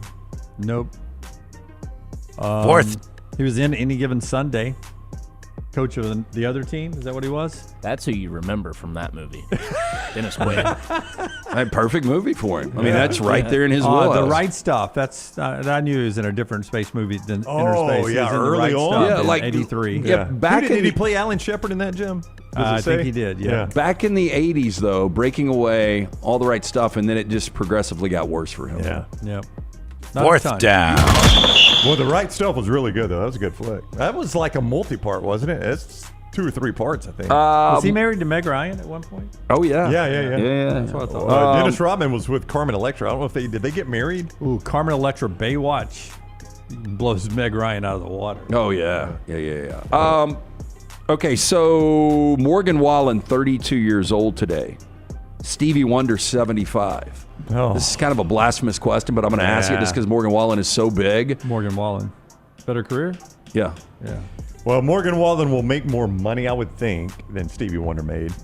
And I know people get pissy when we bring it back to money, but in music, I mean, that's a pretty good gauge in music is how much money have you made? Who ultimately would sell the most records? And I do think that the genre that Stevie Wonder was in was much bigger than country music, right? I don't know. I mean, you consider his genre R&B? I mean, what do you R&B, top 40? Top 40 R&B? Yeah, I mean, you just go Billboard #1 pop hits, right? Yeah, and I bet Stevie Wonder's got 5 number ones. 10 number one. Wait, yeah, Stevie Wonder. Fingertips, You Are My Sunshine of My Life. Don't like his music at all. You Haven't Done Nothing, I Wish, Sir Duke, which I hated. Ebony and Ivory with Paul McCartney, I didn't love. I Just Called to Say I Love You. I would just poke my eyes out. Part-Time Lover. Didn't you tell us so Stevie Wonder was one of the greatest entertainers of all time? He is. And you've got Wallen over him after saying better that? career, yeah. But Stevie Wonder, always a good time. Always a good time. Could Stevie Wonder in his prime fill football stadiums the way Morgan Wallen has? I don't think so. I don't think he could have either, Jim. I mean, Stevie Wonder was one of the faces for We Are the World. He was, but I don't know that he could have filled stadiums like that. These are albums. I'm trying to find singles. I'm not sure we have a Stevie Wonder channel on Sirius XM. We do have a Morgan Wallen. Is there a Morgan Wallen now? Yeah. Right now. I don't know how long it is, but replace Y2 Country. And that would be like if you either one, Stevie Wonder or Morgan Wallen, when Jason Bateman was laid down and they were playing the loud, heavy metal music, you could bang Stevie Wonder or Morgan Wallen, and I would have been just as miserable. Well, Morgan Wallen's had a lot of number ones already. But on the country charts. On the country charts, yeah. I mean, that's the only thing I can... Not the Hot 100s. Let me see if he's had a song hit number 1 on the U.S. chart. It wouldn't stun me. Yeah, Last Night hit number 1. Some deep lyrics. Love Somebody. Now, he's had 2 that have hit number 1 on the U.S. charts as a country music singer. It's pretty impressive. Oh, that's more than impressive. And that is 4 Downs today, brought to you by friends at Bud Light. Easy to drink, easy to enjoy. Trash is on the other side, plus a couple of more football notes, including a alphabet soup scheduling of a double home and home. We got that coming up on the other side, and we'll talk Carson Beck. This is the next round. Trash just around the corner. Follow Dunaway on Twitter and Instagram at Jim Dunaway. I'm attorney Alexander Shunnarah, Alabama born, Alabama raised, and ready to fight for your rights. I have one of the largest firms in Alabama, and we are here to help you get the compensation you deserve. Call me, Alabama, 323-1000. Your representation is made that the quality of legal services being performed is greater than those of other lawyers. Storm season is here. Make sure you have a plan of action in place right now. Greg from Pell City and Storm Restoration Roofing should be your first call when storms hit. Insurance companies love working with Storm Restoration Roofing because of Greg Nelson's name and reputation in the industry. When storms hit, call Greg Nelson. He's local, 205-542-3531. He's the home of the free no-cost roof inspection. Greg from Pell City on Facebook, 205-542-3531. It's Storm Restoration Roofing. Hey, there's nothing worse than waking up to a plumbing problem. Don't get caught in a flooded house. Call the guys at Hemphill Services. Adam, Chad, and the team at Hemphill are the only ones I trust to fix it and fix it right the first time. Hemphill Services does it right and always at a fair price. For all of your plumbing, cooling, and heating needs, trust the name that Birmingham has trusted since 1954. That is Hemphill Services. Call now, 205-229-2090. That's 205-229-2090. Hey, Lance Taylor from the next round to tell you about one of our favorite places for breakfast, lunch, and dinner. That is Hamburger Heaven since 1982. Hamburger Heaven has been serving Birmingham's best hamburgers, cheeseburgers, French fries, hand-spun milkshakes, and sandwiches made fresh to order. All of their ingredients are fresh and prepared daily. This includes their beef, always fresh, never frozen, hand-pattied each and every day. For breakfast, lunch, or dinner, visit any of the 4 locations, Highway 280, Irondale, Gardendale, and Homewood.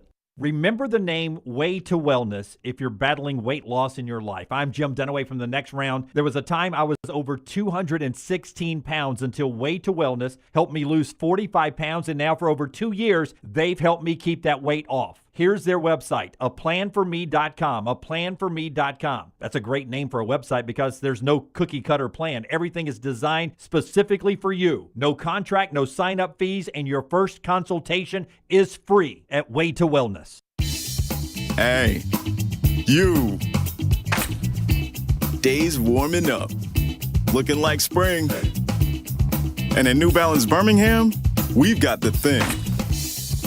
What pops and what's fresh? Check the selects. Come together at New Balance Birmingham on Highway 280, right next to Chick-fil-A. New Balance Birmingham, we got now. Hey, let me tell you about our friends at Urology Centers of Alabama. Compassionate and comprehensive urological care with 35 physicians, 17 locations across Alabama. Their patient-centered approach to all of your urological needs. Remember, they've got that new men's health center. It is beautiful, helping men with a wide range of sensitive male issues in a comfortable environment. You can always go online, visit urologycentersalabama.com, schedule an appointment with one of their many urologists today. It's bow time. Tired of choosing between sweet and savory? Why not have both? Introducing Bojangles' new chicken and bowberry waffles. The bold Cajun chicken filet you love, now drizzled with a bowberry honey glaze and sandwiched between 2 warm waffles. Which means your favorite meal of the day just met your new favorite dish. And lucky for you, it's served all day. But it's only here for a limited time, so try chicken and bowberry waffles at Bojangles today. It's bow time. I'm attorney Alexander Shunnarah, Alabama born, Alabama raised, and ready to fight for your rights. I have one of the largest firms in Alabama, and we are here to help you get the compensation you deserve. Call me, Alabama, 323-1000. Your representation is made that the quality of legal services being performed is greater than those of other lawyers.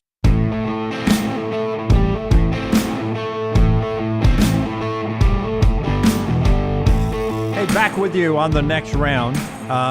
Kick time for Alabama, Florida State announced earlier by Brett McMurphy. Not official yet, but McMurphy saying Bama and the Noles will do it at 2:30 down in the Doak.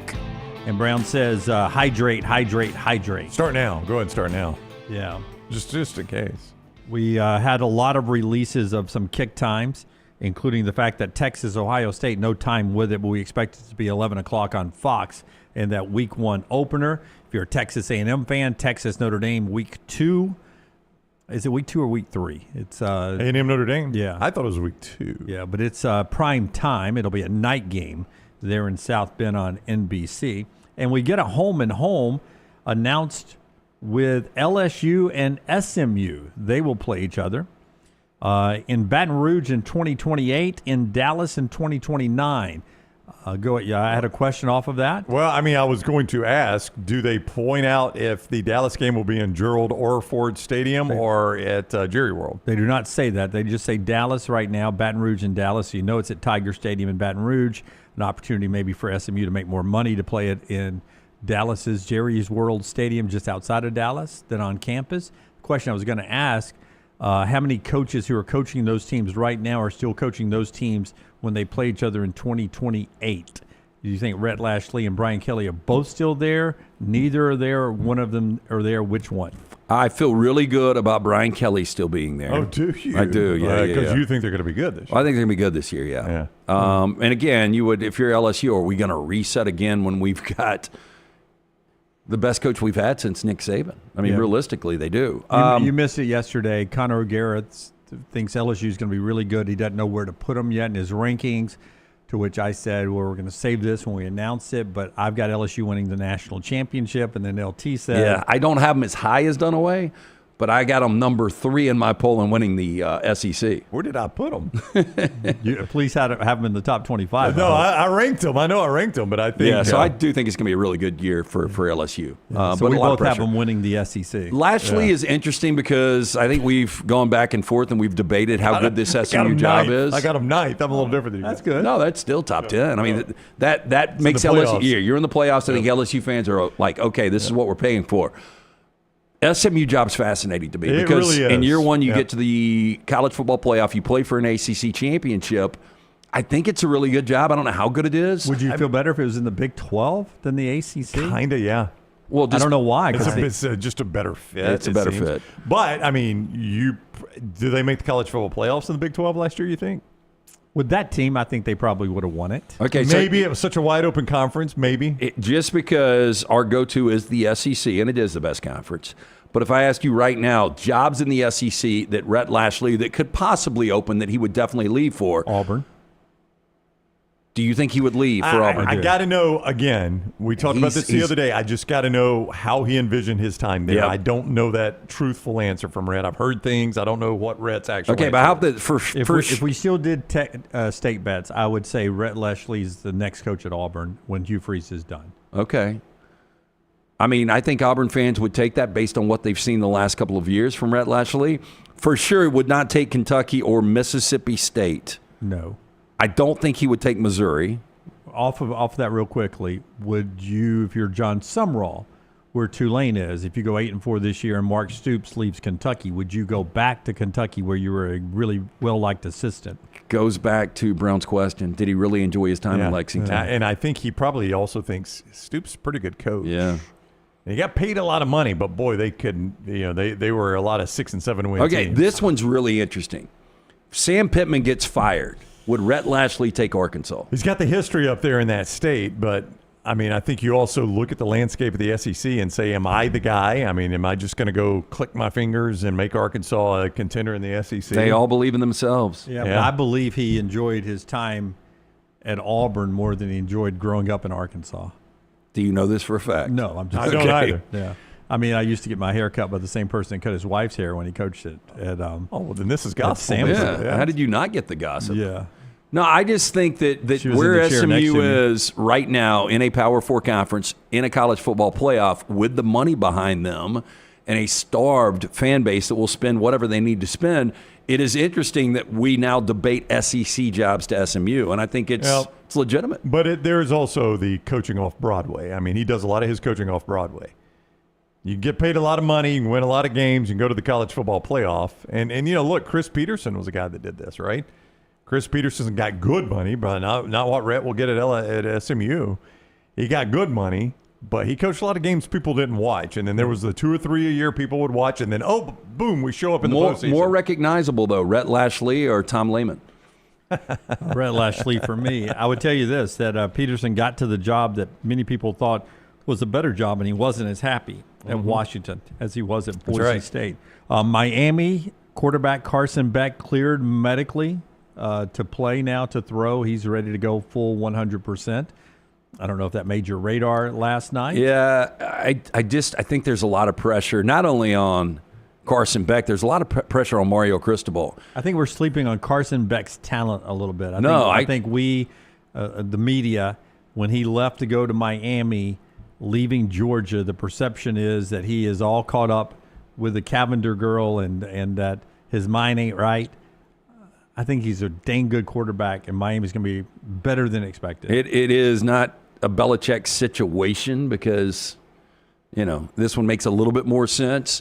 I thought at this time last year, if you would have put gun to head, I would have been like Carson Beck goes number 1 overall. I wouldn't have had Cam Ward. And now, ironically, Cam Ward is the guy that goes number 1, and you got to go fill his shoes, which I don't think anybody, as good as I think Carson Beck is, there is no chance he can be as productive as Cam Ward was. Well, he's got to do it differently. He can't do it the way Cam Ward did it. The team around Carson will have to be better. Michelson Laser Vision. Have you done Michelson yet? I did one earlier. Yeah, do another one right here. 205-969-8100. If you wear the glasses or contacts, you're wasting your money each and every year on contact solution and glasses. Don't do it. I did it for a decade. Make the phone call that I made. Ask for Amy. 205-969-8100. She's going to hook you up with an absolutely free consultation. Zero to find out if LASIK is right for you. Dr. Mark Michelson, Dr. Jen Michelson, best in the business. For more information, michelsonlaservision.com. Congratulations, The Cure Rock and Roll Hall of Fame inductees 2019. Are you as excited as I am? By the sounds of it, no. LT's Trash is presented by Bud Light. Easy to drink, easy to enjoy. Our friends at Bud Light and the wonderful folks at Adams Beverages. Okay, so I'm injecting this story to kick us off just because we were talking about Rich Paul, the founder of Clutch Sports. I didn't realize, I knew that him and Adele had dated. I didn't realize they were married. So we were looking at net worth. I've got the top 10 richest singers in the world. Do you guys think that you could just guess number 1 right now? I'll go through the top 10 real quick. Are all these people alive? This is not like, no, Elvis still makes all this money. Oh, all are still alive. Okay. Now, is it overall money they've made or money they've made? No, this is just from the industry. Just from the industry. Yeah. I would go Taylor Swift 1. It's either Taylor Swift or Paul McCartney. I'm trying to remember. McCartney, he retained all the ownership, or did he have to sell that? I'd go Beyonce 2. I remember Michael Jackson originally had ownership at one point. But McCartney bought it back, did he not? I don't know. Okay, so you're going who number 1? I'll go Taylor Swift 1, but it was down to her or Paul McCartney. Taylor 1, Beyonce 2. Jeeves? I'm going to go Taylor Swift and then, Beyonce, I think is a Okay, number 10 is Julio Iglesias, worth $600 million. What a career. He has sold over 300 million albums. Bruce Springsteen, number 9, $650 million. Okay.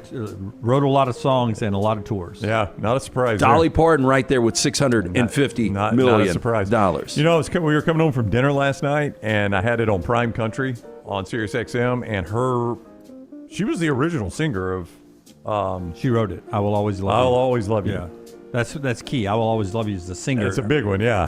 She wrote it. She wrote it too, but I told Jennifer, I was like, boy, it sucks for Dolly that Whitney decided to cover that song. Now, it doesn't suck in the fact that she made a lot of money off that, but Whitney's version blows Dolly's out of the water. And I was like, without Whitney's version, you'd be like, that's a really good song. It's funny, when you were out, I brought this up, but Metallica was in Nashville for a Saturday show, and they always do a local artist rendition, and they did Jolene. Oh, I bet that was awesome. Yeah, I don't know if Forrester, did you ever pull it? I never did. Yeah, obviously we can't play it, but I bet it was spectacular. Yeah, I have not heard it. I saw him do. Lane Stadium though, and do Enter Sandman. Yeah. That was awesome. We did show that video. Yeah. Number 7 on the list, 50. Richie. This goes back 50, by the way. We're just doing top 10. Bono, $700 million. All right. Not a big U2 guy, by the way. I like U2. I like their earlier stuff a lot better. U2. Number 6, Celine Dion, $800 million. Number 5, Madonna, $850 million. Number 4, I have never heard of this guy, Herb Albert. Oh, Herb Albert's old school. I can't believe he's got that much money, though. Herb Albert and the Tijuana Brass Band in the 60s. All acoustic. You remember... $850 million. What's his most famous song? It's on the tip of my tongue. Yeah. I could, if you played it, I could tell you. It has no words. La Bamba? No. I think you would recognize the title of it, but I cannot say it. Google says Ladyfingers, Rise, This Guy's in Love, Tijuana Taxi, The Lonely Bull. I think Tijuana Taxi was The on there. Lonely Bull. Boy, I bet that's deep. Route 101, Making Love in the Rain, Cinco de Mayo, Tusk, Tijuana Brass. Green Peppers. Yeah. Lindsey Buckingham, did he still Tusk? From, I don't know. I've never heard that. A lot of times the money comes from writing those songs. Like a lot of Dolly's money. I Will Always Love You. And Whitney Houston takes it to number 1 again. Number 3 on the list, Taylor Swift with $1.1 billion. Oh, only number 3. Number 2, Paul McCartney on the list. Those are the two I was down to. $1.2 billion. And number 1, everybody seems to forget this, Rihanna is number 1 with $1.4 billion. I do forget that. How did she make $1.4 billion? She has just sold a shit ton of records. Yeah. Gosh, I mean, more Probably than writes the songs. More than Taylor Swift, though. Isn't that crazy? You get 7. You get 7 out of every 10 cents. The writer gets 7 of the 10 cents. Rocky ASAP is living large, just impregnating her left and right. I ain't letting go. I think that's right. I think the writer gets 70% of the everything? royalties. Wow. That's the way to do it. Well, that writers union must have been strong. That's why a lot of artists will, whether they write it or not, say you and Lance wrote it and I'm singing it. You'll put 3 words in? No, it'll be, we co-wrote it, the 3 of us. I would get a third of it. Because basically you tell us. Yeah. I mean, it'll be successful if I sing it because I'm Morgan Wallen. That's right. And if not, y'all can go shop it around, but you're not going to have Morgan Wallen sing it. That's right. Yeah. That's actually a smart play. So you guys are like, okay. All right. We'll catch you. I guess I'll take 1/3 instead of 1/2. So we've got a mischievous cat in trash. By the way, I got a call from the Vizsla Rescue out of Austin, Texas, and there is a gentleman in his 40s in North Carolina that wants chili. So, and I'm not exaggerating when I say this. She has not been affectionate since Bullet showed up a couple of years ago. But I had a talk with her last night because she's been a pain in the ass, and I'm not making this up. She came, I was laying on the couch last night watching the game. She came and laid on me for like 10 or 15 minutes. You made up? I think she knows something's going on, but I was talking. She's like, I potentially. pushed this too far. This guy said, I'll drive to Birmingham and pick her up, and I've just got this kick in the stomach. And which one was found in the woods? Bullet. Bullet ain't going nowhere. And that's the one you would keep? Yeah. Okay. Yeah. He's too attached. I'm telling you, every time I come home now, he's got the blinds open and he's on the dining room table waiting on me. Yeah. Well, which one gets into the cupboard? Chili. Yeah. Chili's the bad one. Chili's trouble. Yeah. So we got this mischievous cat with a taste for destroying her mom's belongings has left TikTok viewers in stitches after a clip of showcasing her new gold fang went viral. So 22-year-old Clarice Bozeman from Denver, Colorado says that Tofu, the cat here, broke her tooth, and the vet gave him a couple of options. We can actually extract the tooth, or we can do a root canal and give her a gold tooth. So she actually paid $5,000 to give her this gold tooth. Oh my gosh, for a cat? I mean, technically when the cat dies, if you can recover the body. Still got the gold? And take that tooth out and use it somewhere else, Can right? you make this back in social media earnings? That's a good question. By, Maybe, potentially pulling something back here? Good call. Good call. I don't know. But it's a gold alloy crown. And they saved it. Their decision was a no-brainer, at least according to them, since Tofu is still under 3 years old and so full of life. I think Tofu missing a fang wouldn't have been that big of a deal, right? I don't know. I like the gold fang. I don't like it at $5,000. No, I don't either. Yeah, I would have said like you said though, that you maybe make more than that just with TikTok poses of the grilled out cat. Well, how about this? Video quickly went viral on social media, has so far received 11 million views and more than 1.8 million likes on the platform. There you go. She made it back. Hey, by the way, in the chat room, they might be right. I'm trying to see who said this. Oh, Daniel. It's like, how do you know Chili isn't setting you up? He's contacted this guy about coming and killing you. Yeah, killing? This guy's a hit. That's right. Chili's put out a hit on you. Yeah, I don't know about that. Total setup. I think Chili, this would be her fourth home. I'm her third home. I know, that's why. It's And I think she always thinks she's just going to upgrade. Yeah. Don't think she can think like that.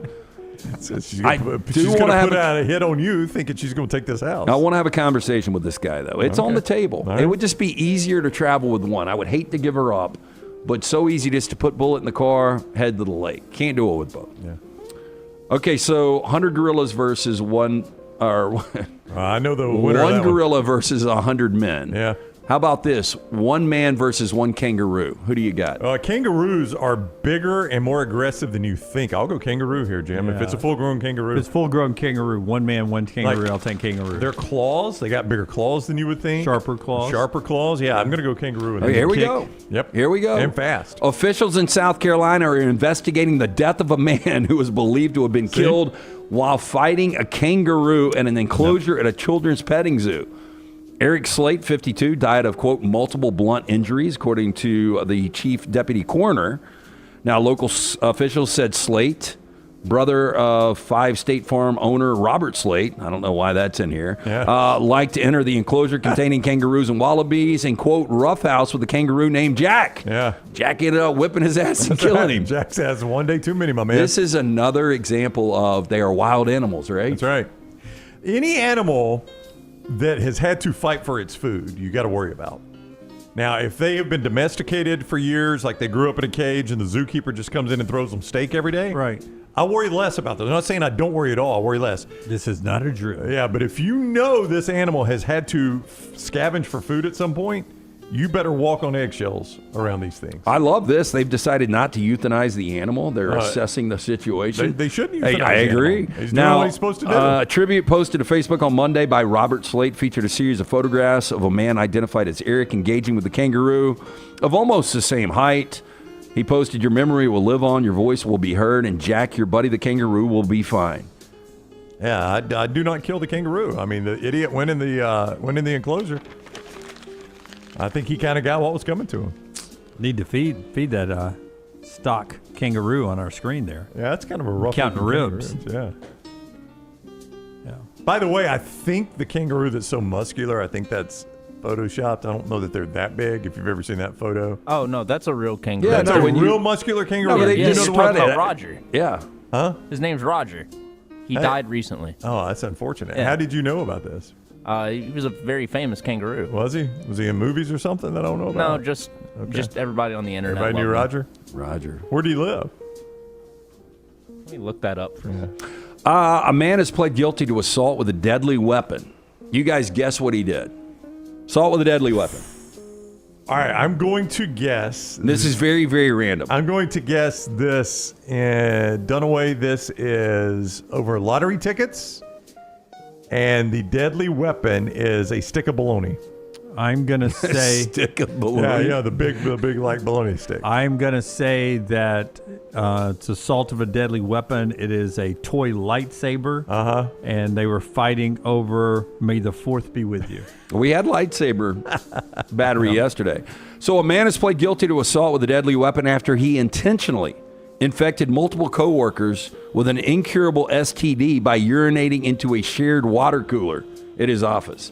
This is Island. Oh, yeah. This is 100% Island. Look at this dude. This is the idiot that did this. 50-year-old. He's got a sexually transmitted disease that is not curable that can be affected by peeing into a water cooler. 50-year-old Lucia Diaz pled guilty on Wednesday to one of his multiple alleged assaults in which he intentionally infected his coworkers with contaminated urine. Now, according to the local outlet, Diaz's crimes came to light when a 54-year-old woman contracted herpes simplex 1 from a shared office cooler and from tainted water bottles at the office building that Diaz worked as a janitor.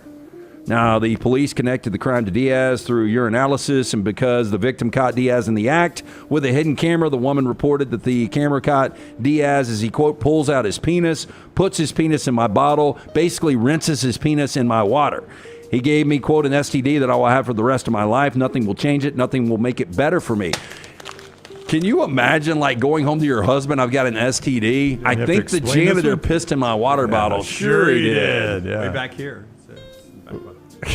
But does this make you nervous about other people potentially coming in the workspace? I've I've thought of this. Like, we're very trustworthy of like just a water cooler sitting there, but I don't drink out of water coolers usually. I don't drink out of like public fountains. There was a story maybe 10 years ago of a restaurant that Justin Bieber was visiting, and then he peed in the mop bucket. Yes. George Lopez and yes, yeah, I can see that. Yeah. Finally, Russell Westbrook taking a shot off the court at simplifying funeral planning with artificial intelligence. Now, the famed point guard on Wednesday announced the launch of Easewell, startup that uses AI technology to streamline the process for coordinating funerals. Now, Westbrook founded the venture along with Kimball Walker, childhood friend Donnell Beverly, who serves as the president of Russell Westbrook Enterprises, and he is the CEO and co-founder of Easewell. Now, the Los Angeles-based company uses AI to curate funeral options catered to each user's budgets and preferences. Platform assists with paperwork, budget planning, invitations, and overlooked tasks such as canceling a deceased loved one's utility bills, social media accounts. Easewell currently has 11 employees already tested its beta platform with more than 1,000 families. I will tell you, when somebody passes away, it is a pain in the ass. That actually sounds like a pretty good idea. It really is. Hats off to my sister-in-law who handled it for my dad with my mom, and you need to say no to a lot of stuff, a lot of undercarriages in the funeral industry. Do you do that coating on the undercarriage? No, I don't. Yeah, okay. Wait, new wipers? Yes, if your loved one wants to. Hey, I just got new wipers for the truck. Yeah, Tremendous. she wants to be buried. You don't want her buried in satin? You're just going to do paper? Yeah, that's, if you didn't love her, that's fine. That's trash today. We end the show with some betting odds for the Belichick Strahan interview coming up. Yeah. All right. Who will Strahan mention first, Robert Kraft or Jordan Hudson? Jordan Hudson. Minus 150 Hudson plus 110 Robert Kraft. What phrase will Michael Strahan say first? Gold digger or sugar daddy? Sugar daddy. Gold digger. I don't think either of them appear, but I don't think either. I would go gold digger, though. Sugar daddy minus 300 there. What will happen first in a GMA interview? Jordan Hudson makes an appearance or Tom Brady makes appearance? Jordan Hudson. Jordan Hudson before Tom Brady. Jordan Hudson plus 150. Tom Brady minus 200. Well, you say appearance like they show the photo? I don't know. Yeah, because there's no way Tom Brady would be like, oh, yeah, I'll jump in on this. I'll work for Fox. I'm going to come all the way to New York. If it's photos, I'd go Tom Brady. Which Belichick Hudson image will be shown first during GMA?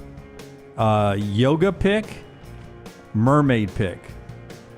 I think yoga pick. Yeah. Just because, well, both are ridiculous. Mermaid pick is pretty ridiculous. I don't know. Here's the one now. Bet MGM with this betting line up there. Will Bill Belichick be North Carolina's head coach in week 1 of the 2025 season? Yes or no? I'm saying no. I'm saying no. Yes is minus 2,500. No is plus 800. Well, then it sounds like yes. Yeah, I'll change mine. Yes. Yes appears to be your answer. Unless this interview goes disastrously bad, I'm going to go yes. Yeah. Sadly, they're asking, will he wear a North Carolina shirt in this? Or will it be I think he's going coat and tie. Coat and tie, button down, or that navy sweatshirt Wear that with a navy rip in it. sweatshirt. And the funniest one is, which will be wider, the gap between Michael Strahan's teeth plus 700 or the tear or rip in Bill Belichick's shirt minus 2,000? Oh, wow. Wow. Yeah, right there, right off the top rope from BetMGM. That's the show today. Live Pennant Grace at 12:15. Live Meltdown at 2 p.m. Until next time, God bless you. God bless America.